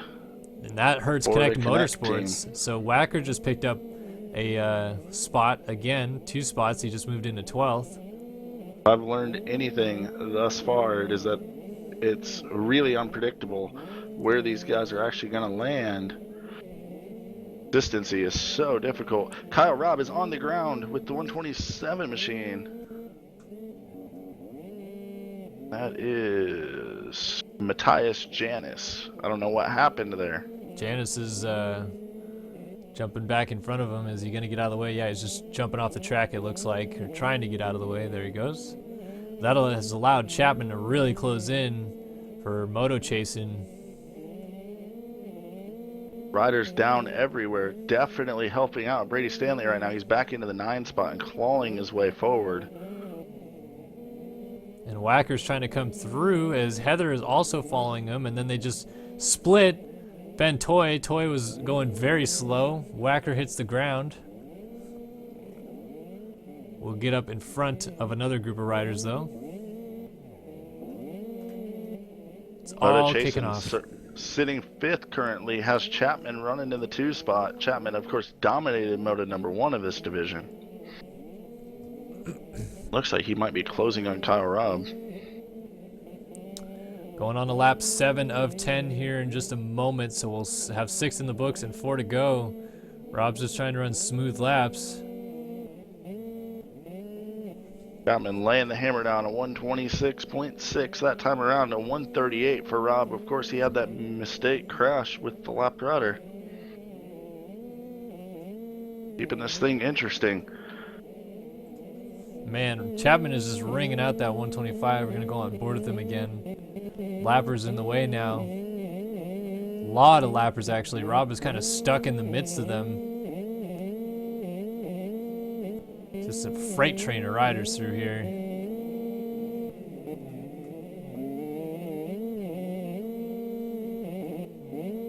Chapman now has to try to work through this massive group of guys that Rob just made his way through. Especially on these 125s, it's so crucial too, because if you have to check up just a little bit, you might not have the run to get over a jump. Keeping your momentum up is so important. Power Rob moving through with, looks like with ease. Utilizing that outside line. Wadding up on a 125, Kyle Robb finding the flow. On a CR 125 nonetheless. Oh, Nate Guy Zaworski can't even ride in a straight line. He might have been hitting a few too many Vanderhoof lights tonight.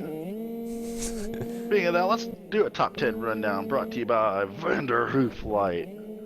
If you can find it, you better drink it. Kyle Robb leads the way. Prime Design Graphics. Rush Chapman runs in the 2 spot.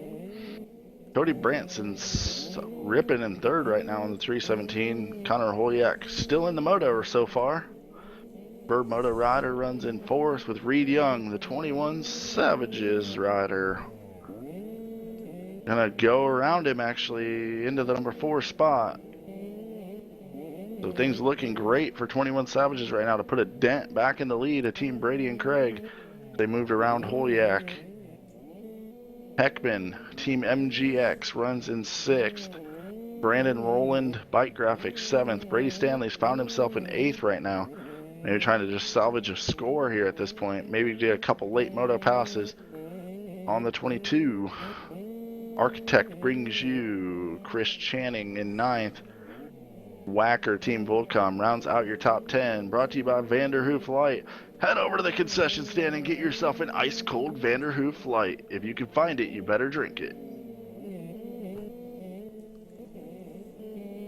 You liked that, didn't you? I liked it. I liked it a lot. You know what I like a lot? What? Vanderhoof Light. Yeah. Whacker actually goes a lap down Yeah. right there. Kyle Robb, 2 to go.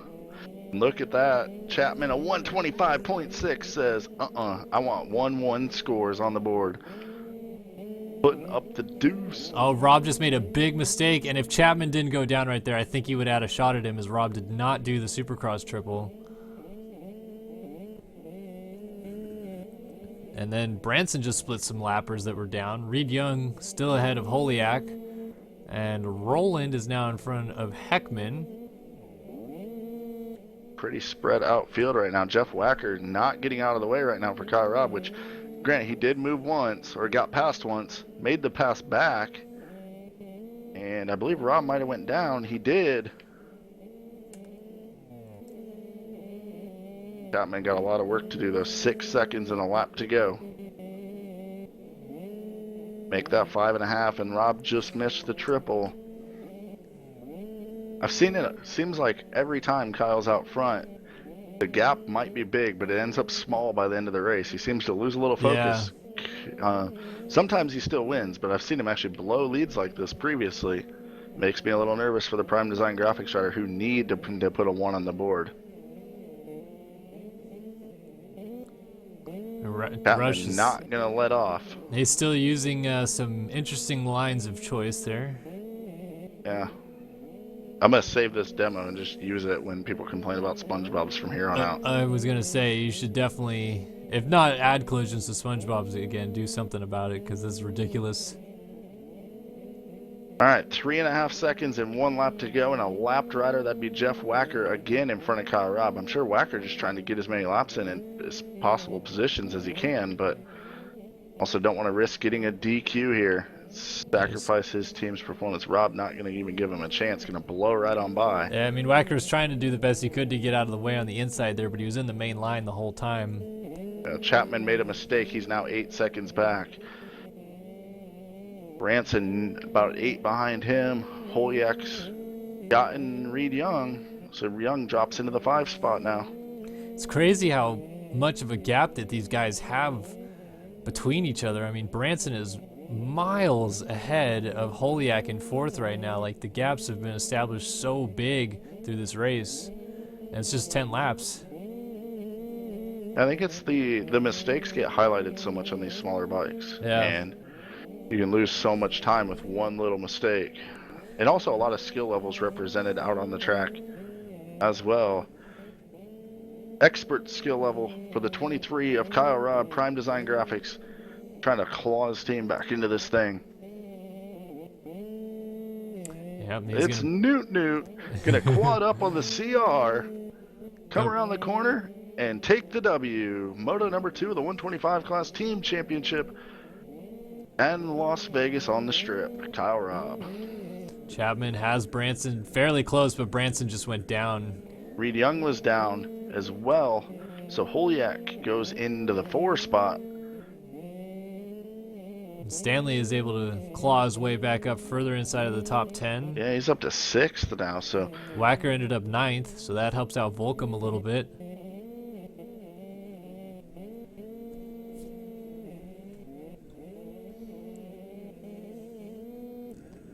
Watching these guys come to the line, Holyak is still ahead of Reed Young, and it looks like he'll stay in front of him no problem as long as he does not fall. Oh, and Reed Young actually goes down. I don't think Stanley's close enough to do anything about it, but he might have a shot at him in the final rhythm section then. Young just getting going, and here comes Stanley quadding his way through. Reed Young through the final rhythm. Looks like he'll get it clean, and Stanley does make a mistake in the background, so... Oh, and there's a rider... Oh! Reed Young put on the ground by some lappers, so that helps out Stanley get through. Stanley ends up 5th ahead of Reed Young, and Roland gets Young at the end, too. That was interesting. Lappers were like getting up from a crash there or something weird. And Heckman last ride on a lead lap, so he will finish up in the 8th spot. And cuts do not change a thing. Young still 7th. Stanley still got 5th. Top 10 stayed the exact same. Dale Mullins got 11th around Matthias Janis. And that was only changes. The 2-1 finish for Kyle Robb seals the deal. 125 team championship overall winner. Rush Chapman with a 1-2 gets the 2 spot. We got to restart, which means I'm going to go do some math and be back in a moment. All right, so we're moving on to the 3rd race of the 4-race team championship event, which is the 250 class. And we'll wrap up with the 450 class. We got Honeywell in here for Prime Designs. We got Root on a 250F for Team Volcom. Hughes for Connect Motorsports. We'll update you guys on a couple other people here in just a moment.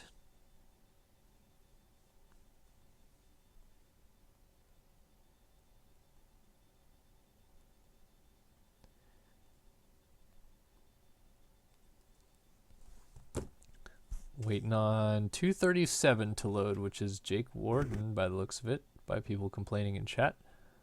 Yep. So, just to give you an idea, we got Blake Scheinman for Locomotive, Craig Leake for Verb, Zoe Cross for Moto Chasin', Warden for Bike Graphics, Devin Ryan for Relax Attire, Armstrong for Mad Cape, he won the first race, Cooper for MGX, Daniel Mills for Tagger, Caden Speck for Keystone, Heagney for J. Perry Designs, Felke for Bentley Graphics, Klein for 305 Edits, Donovan for 21 Savages, Seabolt for Brady and Craig, Root for Team Volcom, Turner for Architect, Honeywell for Prime Designs, and I think I got everybody. Those are the people that will be in this race. This is currently a warm-up lap.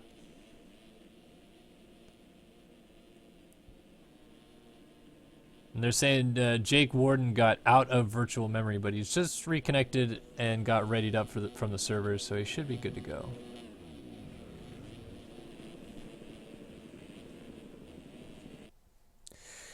All right. 2 races left to go in this team championship, and then we will figure out exactly who this champion is, and we will wrap up our final live stream for the year. Lots of live stream action. Crazy season, that is for sure. And it's only the off season right now. Yeah, we're going to kick off 2017 in style here in just a few weeks, but now Las Vegas is underway here in the 250 class. And some contact going into turn 1. Watching the inside guys, looked like they may have had a chance, but it's Devin Ryan coming out with the whole shot in front of James Armstrong. Armstrong down the inside aggressively, makes a pass and will hold it. Let's see if he shuts the door going into this next corner. Devin Ryan, no chance. Armstrong aggressive and out front early on, and cutting the crap out of the track there was Jonathan Hughes. He was in the bales so far that Devin Ryan didn't even see him and then made a big mistake trying to avoid him. As people continue to use just very interesting alternate lines. Just feeding the track creator's imagination full of information necessary to make the changes in the future. Like putting harder and harder collisions on things that you're not supposed to go through. And we'll see endless amounts of complaints, and we'll just give them the fat middle finger for being idiots in the first place. Aye, aye, Captain. Armstrong leads from Hughes, though. And Hughes trying to keep Connect Motorsports alive in this thing after Fred Heather had a rough go of it the last moto in the 125 class. But Yannick Mueller going 1-1 for the team was a huge bump.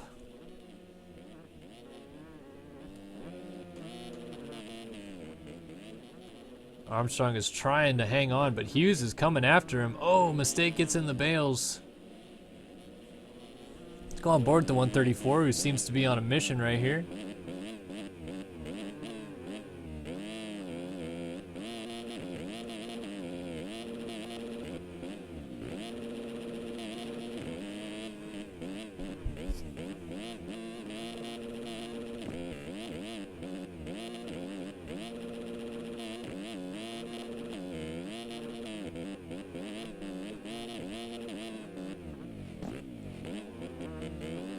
All right, Oh. update on standings. Team Brady and Craig sit on 24. 21 Savages sit on 32. Moto Chasin' sit on 36. They made a huge jump from 5th up into the 3rd spot now. Volcom drops to 37 points and sits 13 out of the lead now. And Prime Design sits on 41 points. So they have a lot of work to do in 2 classes to do it. Hey, can you remind me again real quick what Brady and Craig team is on, please? 24. 24, okay, and that is the mark. Yep. 24, 32, 36, 37, 41 Okay. are your top 5 teams. And Brady and Craig rider in this one is Jeremy Seabolt, currently in 8th. He's got a Moto Chasin' rider behind him, so that won't help Moto Chasin'. Honeywell for Prime is in front, but we already mentioned how far back they are. Vermoto's Craig Leake is also in front of him. Volcom, Team Volcom's Hunter Root, sits in 3rd and is closing on Hughes for 2nd. So we already talked about how Volcom could lurch their way back into discussion here with a couple solid rides out of Root and Fresquez, 2 of the most talented riders in the game. Root runs 3rd right now, and behind him, Leake just went down in the background and will lose a spot to Honeywell. And Cooper also just went down by the looks of it, or something, because he's got Seabolt closing on him.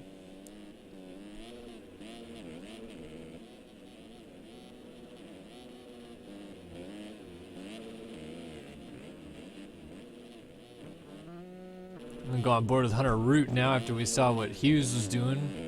See what Hunter Root is able to do in closing in on Jonathan Hughes.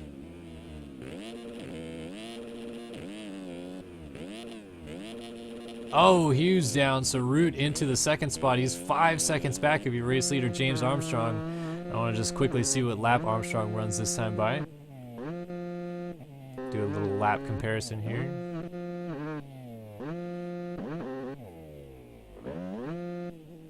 Armstrong runs a 25.6, Root behind him. Two different machines, 252 stroke for Armstrong. Root on the 250F, 26.2, so actually lost some time to Armstrong that time by.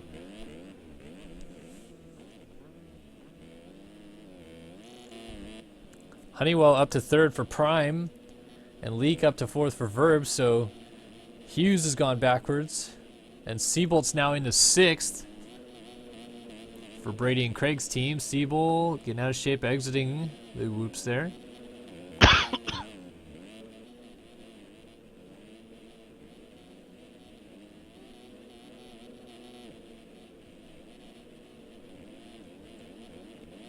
Oh, Seabolt, little kick.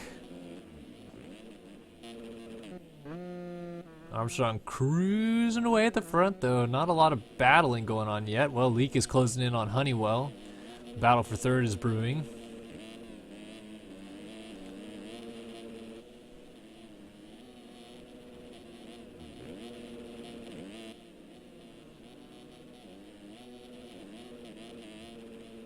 Oh, Leak getting a little too antsy there. Goes down, so here comes Hughes. The rider out of Great Britain, riding for Connect Motorsports, going after Verb Moto's own Craig Leak. And he's close. He's showing him a wheel on this tabletop here. Almost lands on the back of him. He's going to have a better line through this rhythm, but unfortunately buggers it all up. And Seabolt now closing in. Seabolt going to nail the quad in and just clean Jonathan Hughes out, and it ruined Seabolt's day too because Seabolt went down. Hughes rode out of it. Gutsy attempted a pass there by Jeremy Seabolt, and down he goes. Needs to realize his team is in the lead of this thing, and now he's down again, losing valuable spots. The position he was in would have been great to extend his team's lead. So he's losing some valuable positions there for sure. Yeah, I mean, this is definitely what the Volcom team needs to climb back into this thing. Hunter Root running in second.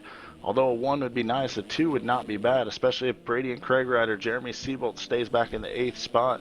They would take 6 valuable points, cut that lead in half, going into that stacked 450 class where they know they have Tyson Fresquez waiting. It's going to be a lot to get Armstrong behind Root, though. He just looks so smooth. Root so far not able to do anything about his lead. Armstrong, unbelievable on this 252-stroke machine, and he's been so good. We've talked about it a million times this offseason, how good he's been. Even on the 450, he's looked really strong. But in this 250 class, he has been extremely good, both here in this series as well as in that Phantom X Fall Cup. Got a couple #1 plates to prove it after tonight's performance. Looking back at Seabolt going after Devin Ryan and Jeff Cooper here. Let's see if Seabolt continues with his aggressive approach here, if he'll try to tone it back a little bit.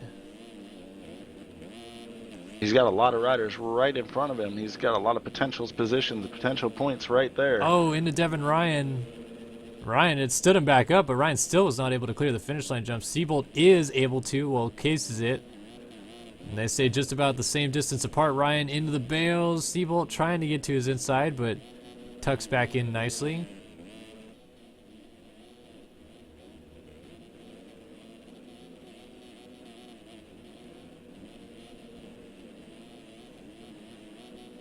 Seabolt trying a different line, almost tripling into the sand. Pulls alongside and makes a pass on Devin Ryan.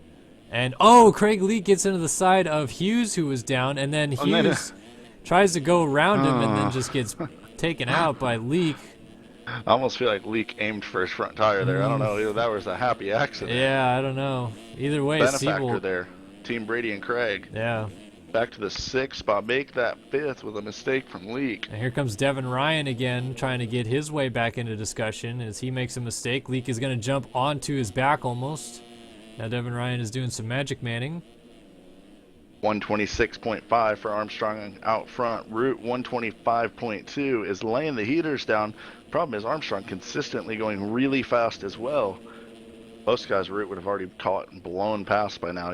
Armstrong making Root lay the hammer down and give it all he's got on this 250. We talked about Tyson not spending a lot of time on the 250. Root also doesn't spend a lot of time on the 250 now. I'm sure he's a full-time 450 racer. Yeah.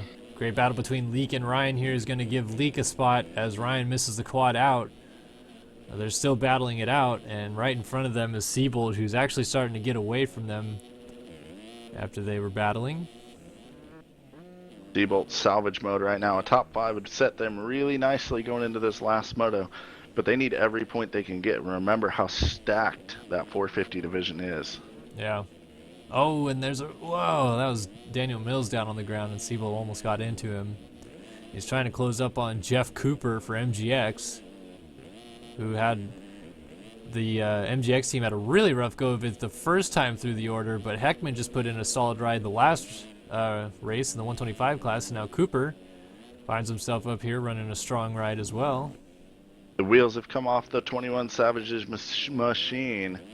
Chase Donovan runs in 13th and looking flustered on the 51. Not even looking anywhere good. close to any real challengers that he could get to. They need a lot of help here. Daniel Mills calls it quits, letting his team down a little bit here with the DNF in the moto. And Siebold now is on the back of Cooper, going to the finish line here. Cooper nails a big line on the way out. I thought that might have been a rider that they were passing, but it was a lapper off the track. Now through the whoops, Cooper hopping through him a little bit. Siebold gets him clean, but does not make an attempt for the pass just yet. This would be for 4th. Cooper getting saucy on the triple.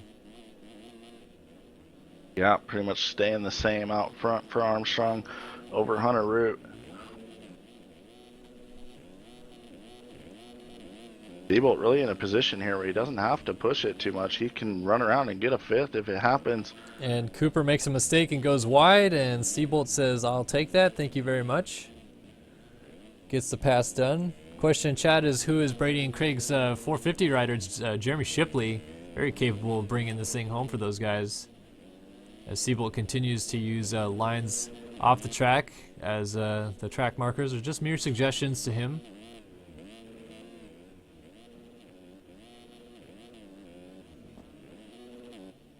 Makes me laugh when guys say, "Why didn't my qualifying time cut or count?" Yeah. Oh, perhaps you missed a timing gate one of the 15 times that you were off the track going and then through they go, objects. "No, I didn't cut." And it's like, bro, we just saw your entire team cut the track this whole time. So, yeah, I think you cut.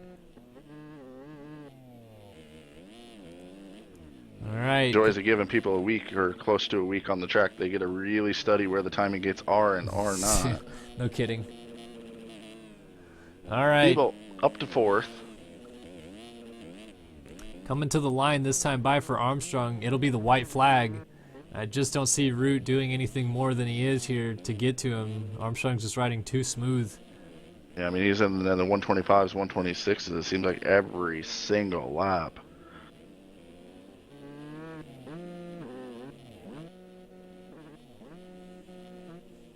I'm wondering if Armstrong's pointed out of the 250 class in Supercross. I would assume man, so. it'd be sweet to see him, especially if 252 strokes are allowed, as he has one lap to go. I mean, he has pretty similar career stats to me, and I pointed out, so I would say that it would be a fair bet that he is, but I could be wrong. I would think so. I mean, he's been a solid contender for so long, but you never know. Hunter Root, 125.1 last time around. That's his fastest lap of the race, so he's pushing it. The problem is Armstrong not giving an inch out there. It looks like he could do this all day and all night long. No kidding. I mean, you say that it'd be great to see Armstrong in the 250 class this year. I'm looking forward to seeing him maybe in the 450 class. I mean, on multiple occasions in this Madness series in the open events, he's, given some of these guys, the top guys that we're used to, run for their money. Yeah, I mean, he did lose a win on the last lap due to a lapper. Right, exactly. Or So, in the late laps, at least. He was actually a lap and a half to go at Daytona, but... It certainly seems like a new and improved Armstrong this year. Or going into 2017 at least, and... I mean, he could be exciting to watch whatever class he races, for sure. Absolutely. A couple rhythm sections to go. Yes, the lead's shrinking. I'm guessing Root's lap's going to be a burner here if he can finish it off. But not going to be enough to take over the #1 spot from the 33 Lights Class champion and now 250 Moto2 winner of the team championship. James Armstrong takes the win. A 125.2 brings Hunter Root into the #2 spot.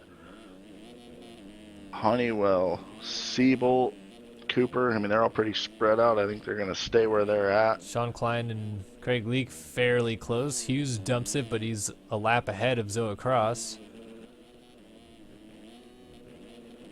So we're going to have one more race to go, and as soon as this one's in the books, numbers crunching really begins, and then our minds are going to lose it in this last race, I'm sure, unless Shipley makes it easy on us and just wins the damn thing.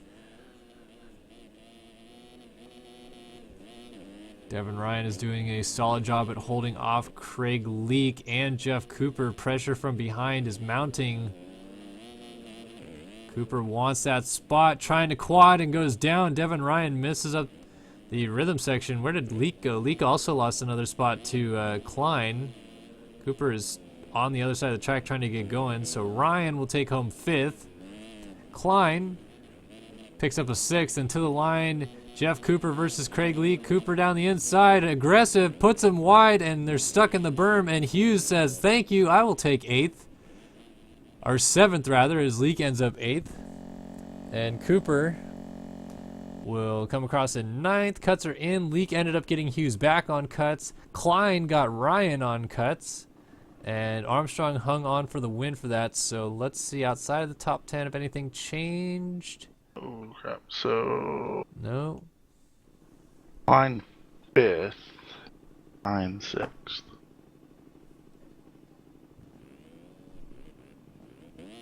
So we've got one more race to go tonight, and it is the 450 class, which Tyson Fresquez won the first time around to give Team Volcom a little boost in this championship hunt.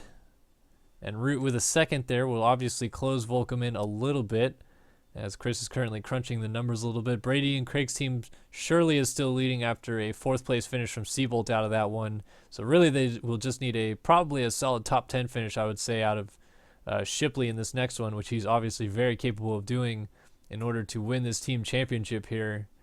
But of course we'll wait and see what Chris has to say now that the 450 guys are loaded in, and tell you guys what's going on. This is the warm-up lap for these guys. Matt Burkeen for Tiger Designs sends it into the Luxor. Mike Strelo for DX3. Dennis Fjellberg for Verb. Jesse Mullins for Prime Designs. Benny Landry. Here is Jeremy Shipley for Brady and Craig's team. Logan Leitzel for MGX. Andre Santos for Connect. Colton Mitchell for 21 Savages. Matt Agate for Architect. Jack Haley for Relax Attire. Who else we got? Bronson Leatawa for J. Perry Designs. Ethan Parks, 305 Edits. Kale Simrock for Moto Chasin', Tyson Fresquez for Team Volcom, Bryce Whelan for Bentley Graphics, and 16 guys will start this final race of the team championship here tonight. 10 more laps to go, and this SX Madness series will come to a close, and it might just come to a close with a win for Team Brady and Craig Racing. And we'll watch Jeremy Shipley have to start down the inside here. He is riding that Team Brady and Craig Racing machine. Let's see if he can bring it home for these guys. He's got a pretty good start, but he's going to get pinched immediately. That's 431 Santos with a good start down the inside. He's alongside of Burkeen and Simrock as they get together, but Connect Motorsports as Andre Santos comes out with the whole shot. Ethan Parks finds himself in 2nd as Mullen slides down the inside of Fjellberg for 3rd. Shipley is up in the 5 spot, or actually now back to 6th, as Colton Mitchell on 21 Savages goes through. Stralo's up here with Landry, Jack Haley, and Fresquez going around Leotawa with Whelan and Leitzel in the background. Burkeen must have went down in the first corner. He is also further towards the back.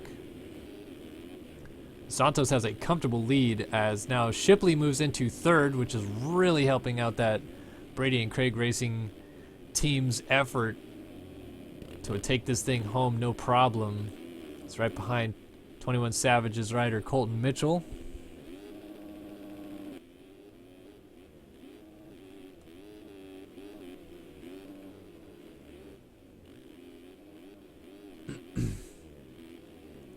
So Shipley going to work now on Mitchell, pretty much in a very comfortable position as it stands right now to take the team championship home for Brady and Craig Racing.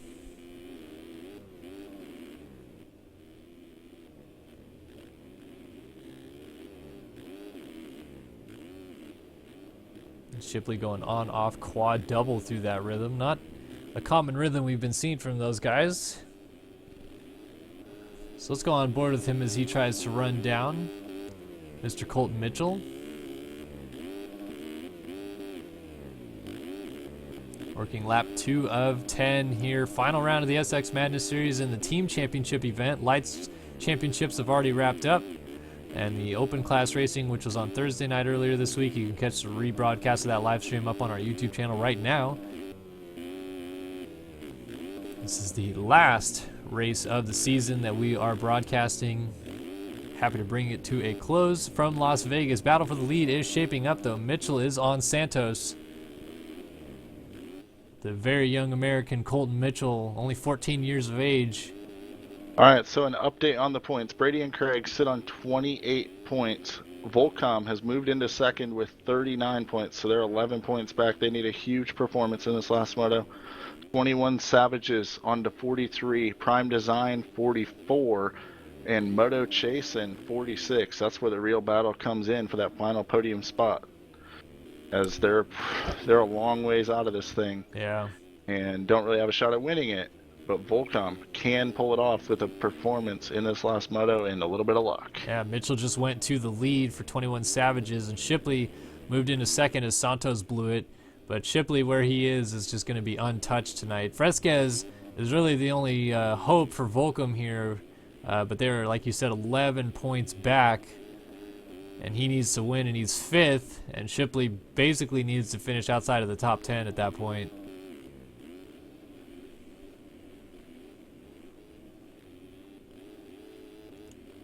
Oh, Landry was down. He was running fourth, so Fresquez now onto his rear tire. But the battle up front is still raging between Shipley and Mitchell as Santos goes down, so that's going to be a spot for both Landry and Fresquez there.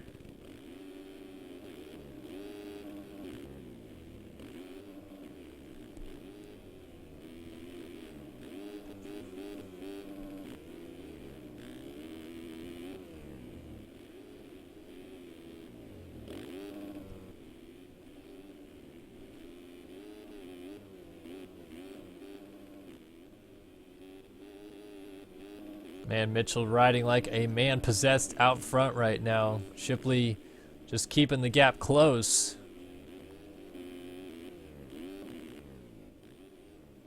Getting a nice 2-4-2 through that rhythm section. And goes on, off. And was quadding there, like I said before, but elects to go 3-3. Let's go on board with Colton Mitchell and see what he's able to do. 25 dead last time by.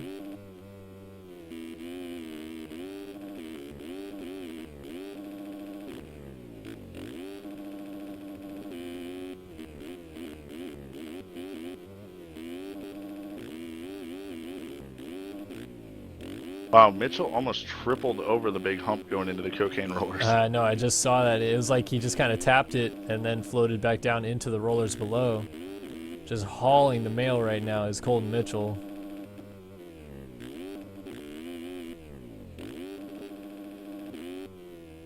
Funny, we had a lot of guys in the mix after moto number ones, and the longer you go, it seems like the cream rising to the top. And, you know, the Volcom climbed out of their hole. The Brady and Craig couple of established guys, along with Siebold, the champion in his own right, and Shipley, a long-time front runner. Right. You guys kind of separated themselves from the rest of the field. Crazy how that happens. Right. Chat was asking if you could real quick do a quick top 10 teams rundown, if you didn't mind. Oh, I believe I can. Let me do one thing real quick, and I can definitely do that. And Mitchell just is about to complete this monster of a lap, 24-2. Pulled away by about a second over Shipley that lap. All right, I got it. Brady and Craig sit on 28 points with the lead. Volcom runs in second with 39 points. 21 Savages with 43 points in third. Prime Design fourth with 44 points. Moto Chasin rounds out your top 5 with 46 points. Connect Motorsports 57. Bentley Graphics 59. Tied with Verb Moto at 59 for the 7 and 8 spots. Tagger runs in the 9th spot with 68 points. And Architect rounds out your top 10 with 74 points. Right on. So watching these laps click away, lap 5 of 10, and Mitchell using some alternate lines through the bales once more. Landry's up to 3rd, Santos is 4th, Whelan is 5th, and Fresquez has gone back to 6th. So Fresquez having issues in this main event. Not going to pick up the win, obviously, but doesn't really matter given where Shipley is anyway. Jack Haley is Magic Manning his way through in 7th, Agate 8th, Mullins 9th, Fjellberg getting down in 10th, Cimarrock 11th, Strelo 12th, Parks 13th, Leitzel 14th, Burkeen out of the race in 15th, Leotau out of the race in 16th, and that was all the runners that started the race tonight. So we are halfway through the final main event of 2016. 5 laps to go here for Mitchell out front, who just looks untouchable. Shipley is keeping him honest, but not close enough to do anything about it.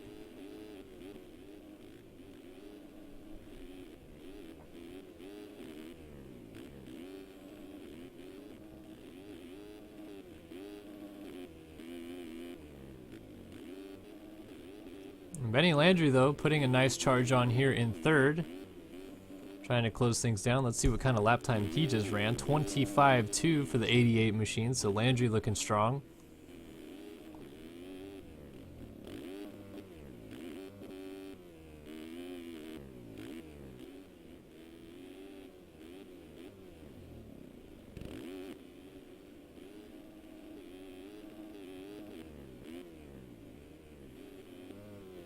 Trying to find myself a little bit of a battle if I can. Fresquez losing more spots, has been passed by Haley and Agate now. Boom, boom, boom. Do you hear that? That's the final nail going in the coffin right now for this team championship. Shipley, rock solid in the number 2 spot right now. And Fresquez not being rock solid. And as I say, that Shipley washes the front end up over the berm. Gets back going, no harm, no foul. Still runs in the 2 spot. But him running up front, the field getting spread out, a lot of help was needed anyways for Volcom to try to pull this thing off, and it doesn't look like they're going to be able to. Shipley not even giving him a chance at it by running up front. Fresquez and Mullins both being buried in the pack is probably the bigger surprise to me than anything right now. Fresquez down the inside. Those guys up front. Agate almost contact. You see the flick of the bars off the face of the jump from Tyson? I love how he does that. Watch him scrub down this on-off section. It's like a little touch every time. Low. Oh, side by side with Agate over the triple. Tyson just carries so much more speed through the jumps. Shuts the door, yeah.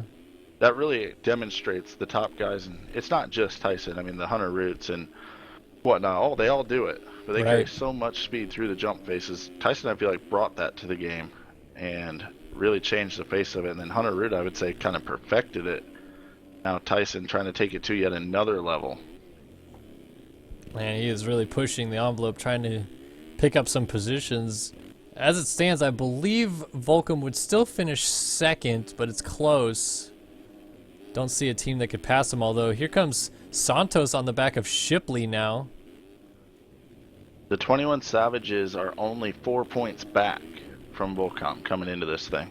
And just as Santos had an opportunity, he got collected with a lapper there.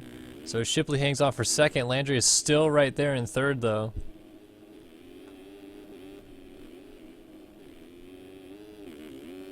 Landry on the ground. Goes flipping. Jack Haley and Tyson Fresquez coming over the line now. Got 3 laps to go in Las Vegas. Yeah, and let's do one more top 10 rundown. This time brought to you by FamMX Design. Log on fammx.com. Graphics, pit setups, custom stuff, pre-made stuff, whatever you want. Sweet looking stuff. Look like a pro, even if you can't be a pro. But unless you're a boss and you are a pro, then you still want to look good, right? So log on fammx.com. Colton Mitchell leads the way. Team 21 Savages trying to put that team at least up into a second overall spot in front of the Volcom guys.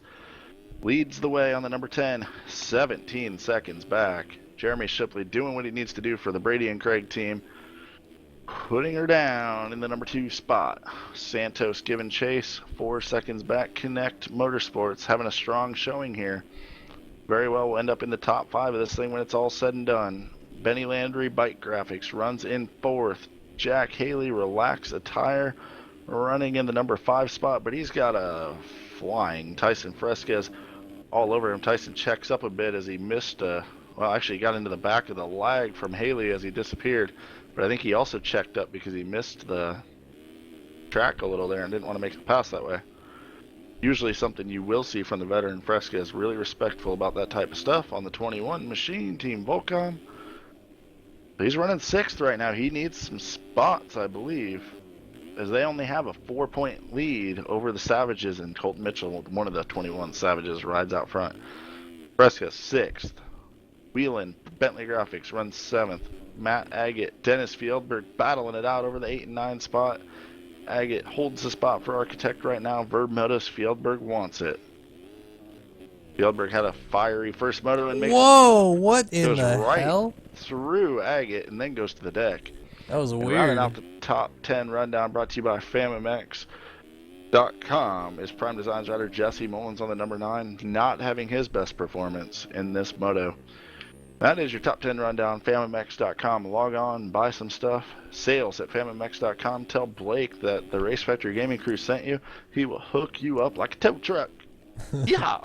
White flag out there for Colton Mitchell right now, just cruising away at the front. 18-second lead on Jeremy Shipley. I assume as soon as this race wraps up, Chris, you're going to try to input results real quick and just give us a final tally then, maybe? Yeah, I definitely Okay. can do that. If you want to stay on the air for that, it will take me a few minutes. Yeah. Otherwise, I can push them on farm. It's up to you. No problem. I was just, if you can bang it out real quick and give us a quick rundown, that'd be great. I'll bang it out like a Vegas hooker, bud.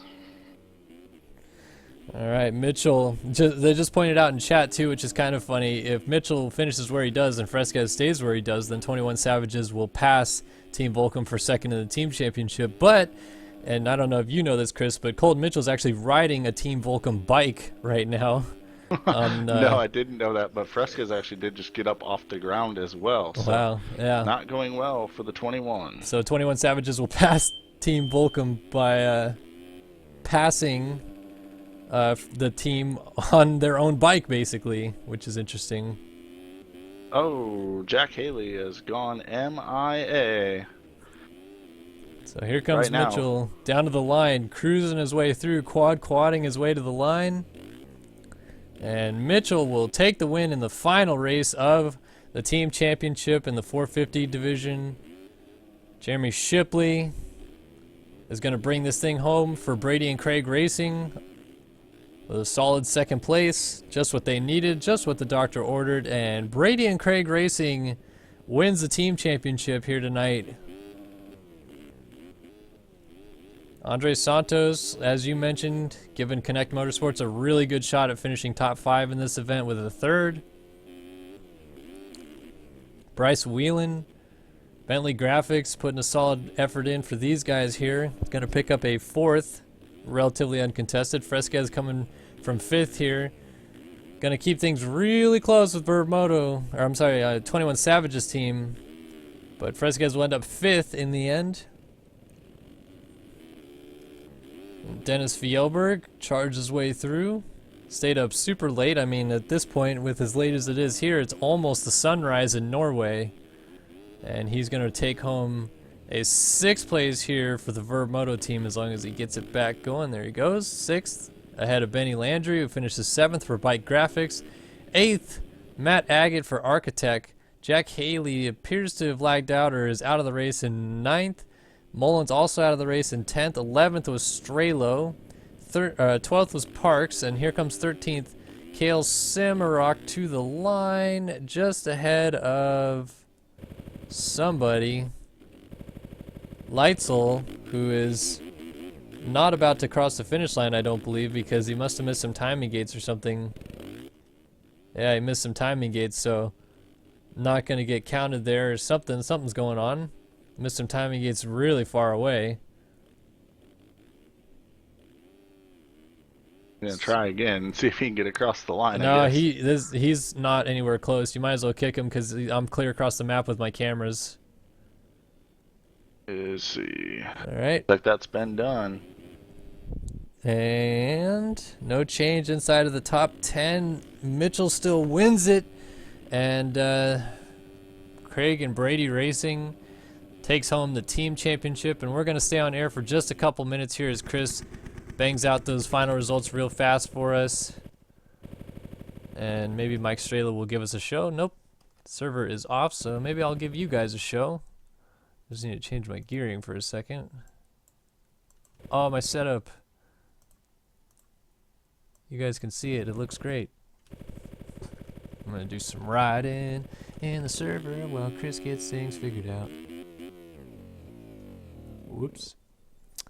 Immediately fall down. Pro skills. Pro Skittles. Alright, so if you guys want to play this track, by the way, be sure to head to forum.mxsimulator.com. Go to the tracks section. Be sure to tell Chris how much you love him. And of course, the whole Race Factor Gaming crew for building this track because it's freaking epic. And of course, thanks to all of the Race Factor Gaming sponsors for putting on a fantastic series. The SX Madness series now in the books with the team championship wrapping up. And very successful series. Got all of our open champions, all of our lights champions now.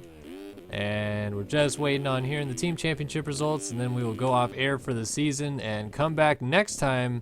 2017 coming up, and it's going to be some great racing then too, and we will be streaming all the fun festivities live here on Start Your Systems TV next year as well. So I might have a little surprise for you before the opener as well. I think we might have one more event in us. Oh, okay. Just one more, just a hint. But I smell some pre-mix coming on. Uh-oh. Something I kind of want to do, so we'll see. All right. Well, we will definitely be sure to notify anybody if we will be streaming again, so be sure to follow all of our social feeds, twitter.com/SYS on YT. You can also follow us on Facebook, like us on Facebook, facebook.com/Start Your Systems, and instagram.com/Start Your Systems as well, all one word. And we will always notify you guys if and when we are streaming through one of those 3 social feeds. If we are a little late on notifying you, it'll mostly be through Facebook and Twitter, but we do daily Instagram posts as well.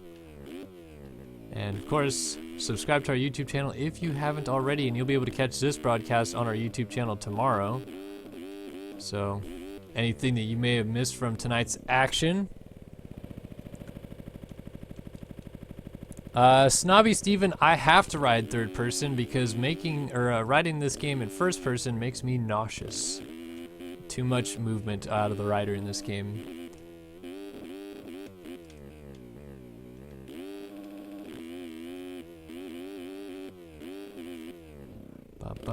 Almost there. No worries. Just spinning some laps on this track so that people who are watching the broadcast can hear these results firsthand and don't have to look it up tomorrow. So we know exactly what happened. Obviously, Brady and Craig Racing won. Yeah. Let's see. Almost there. No worries. About 5 more to go.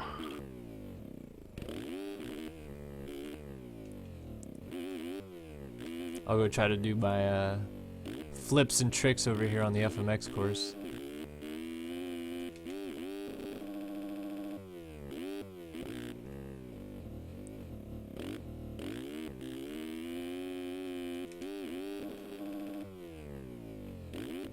Oh, what? That was baloney.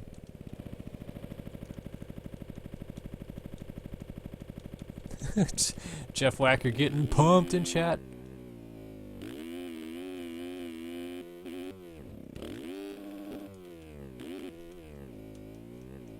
Alright, let's try one more underflip here. Alright. I'm not gonna get the rotation.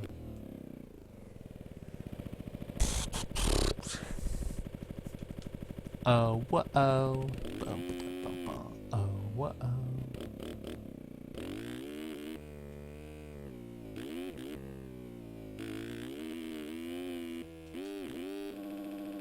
Not gonna get the rotation. Well, hello everybody who's just joining us in chat. The Cody B, Big Fluffy Chicken, Snobby Steven, Whacker 355. Alright, and the results are in. Your winners, Team Brady and Craig, come across with 30 points out of 8 motos. What a ridiculous scoreline from those guys to come off with 30 points out of all those motos. Second and third, Volcom and 21 Savages tie. 21 Savages, they both had one moto win apiece. 21 Savages with the better final moto take the tiebreaker. Volcom will settle for third. Prime Designs lands on 54 points for fourth. Moto Chase in fifth place, 59 points. Connect Motorsports, sixth place with 60 points. Bentley Graphics, seventh place, 63 points. Verb Moto all the way down to 8th place with 65 points. Architect, 9th place, 82 points. 10th place, Tagger Designs, 83 points. And it's Byte Graphics, DX3 in 12th. 13th was MGX. 14th, 305 Edits. J. Perry Designs takes home the 15th spot. Relax Attire, Mad Cape, Locomotive, Keystone, Spark Moto, KCDQ, and RC Graphics round out the 22 teams at the first annual Vanderhoof Cup. The champions are Brady and Craig. Thank you, everyone, for tuning in, coming by, everyone that helped with the track. Kellen, thank you for streaming. I really appreciate it. These results will be posted on the forum momentarily as well. All right, well, that'll do it for us here from Las Vegas. Thank you guys for joining us here for the entire bit of the SX Madness series and for everything in 2016. So for Kellen Brauer here on Start Your Systems, at least for now, we are signing off until 2017.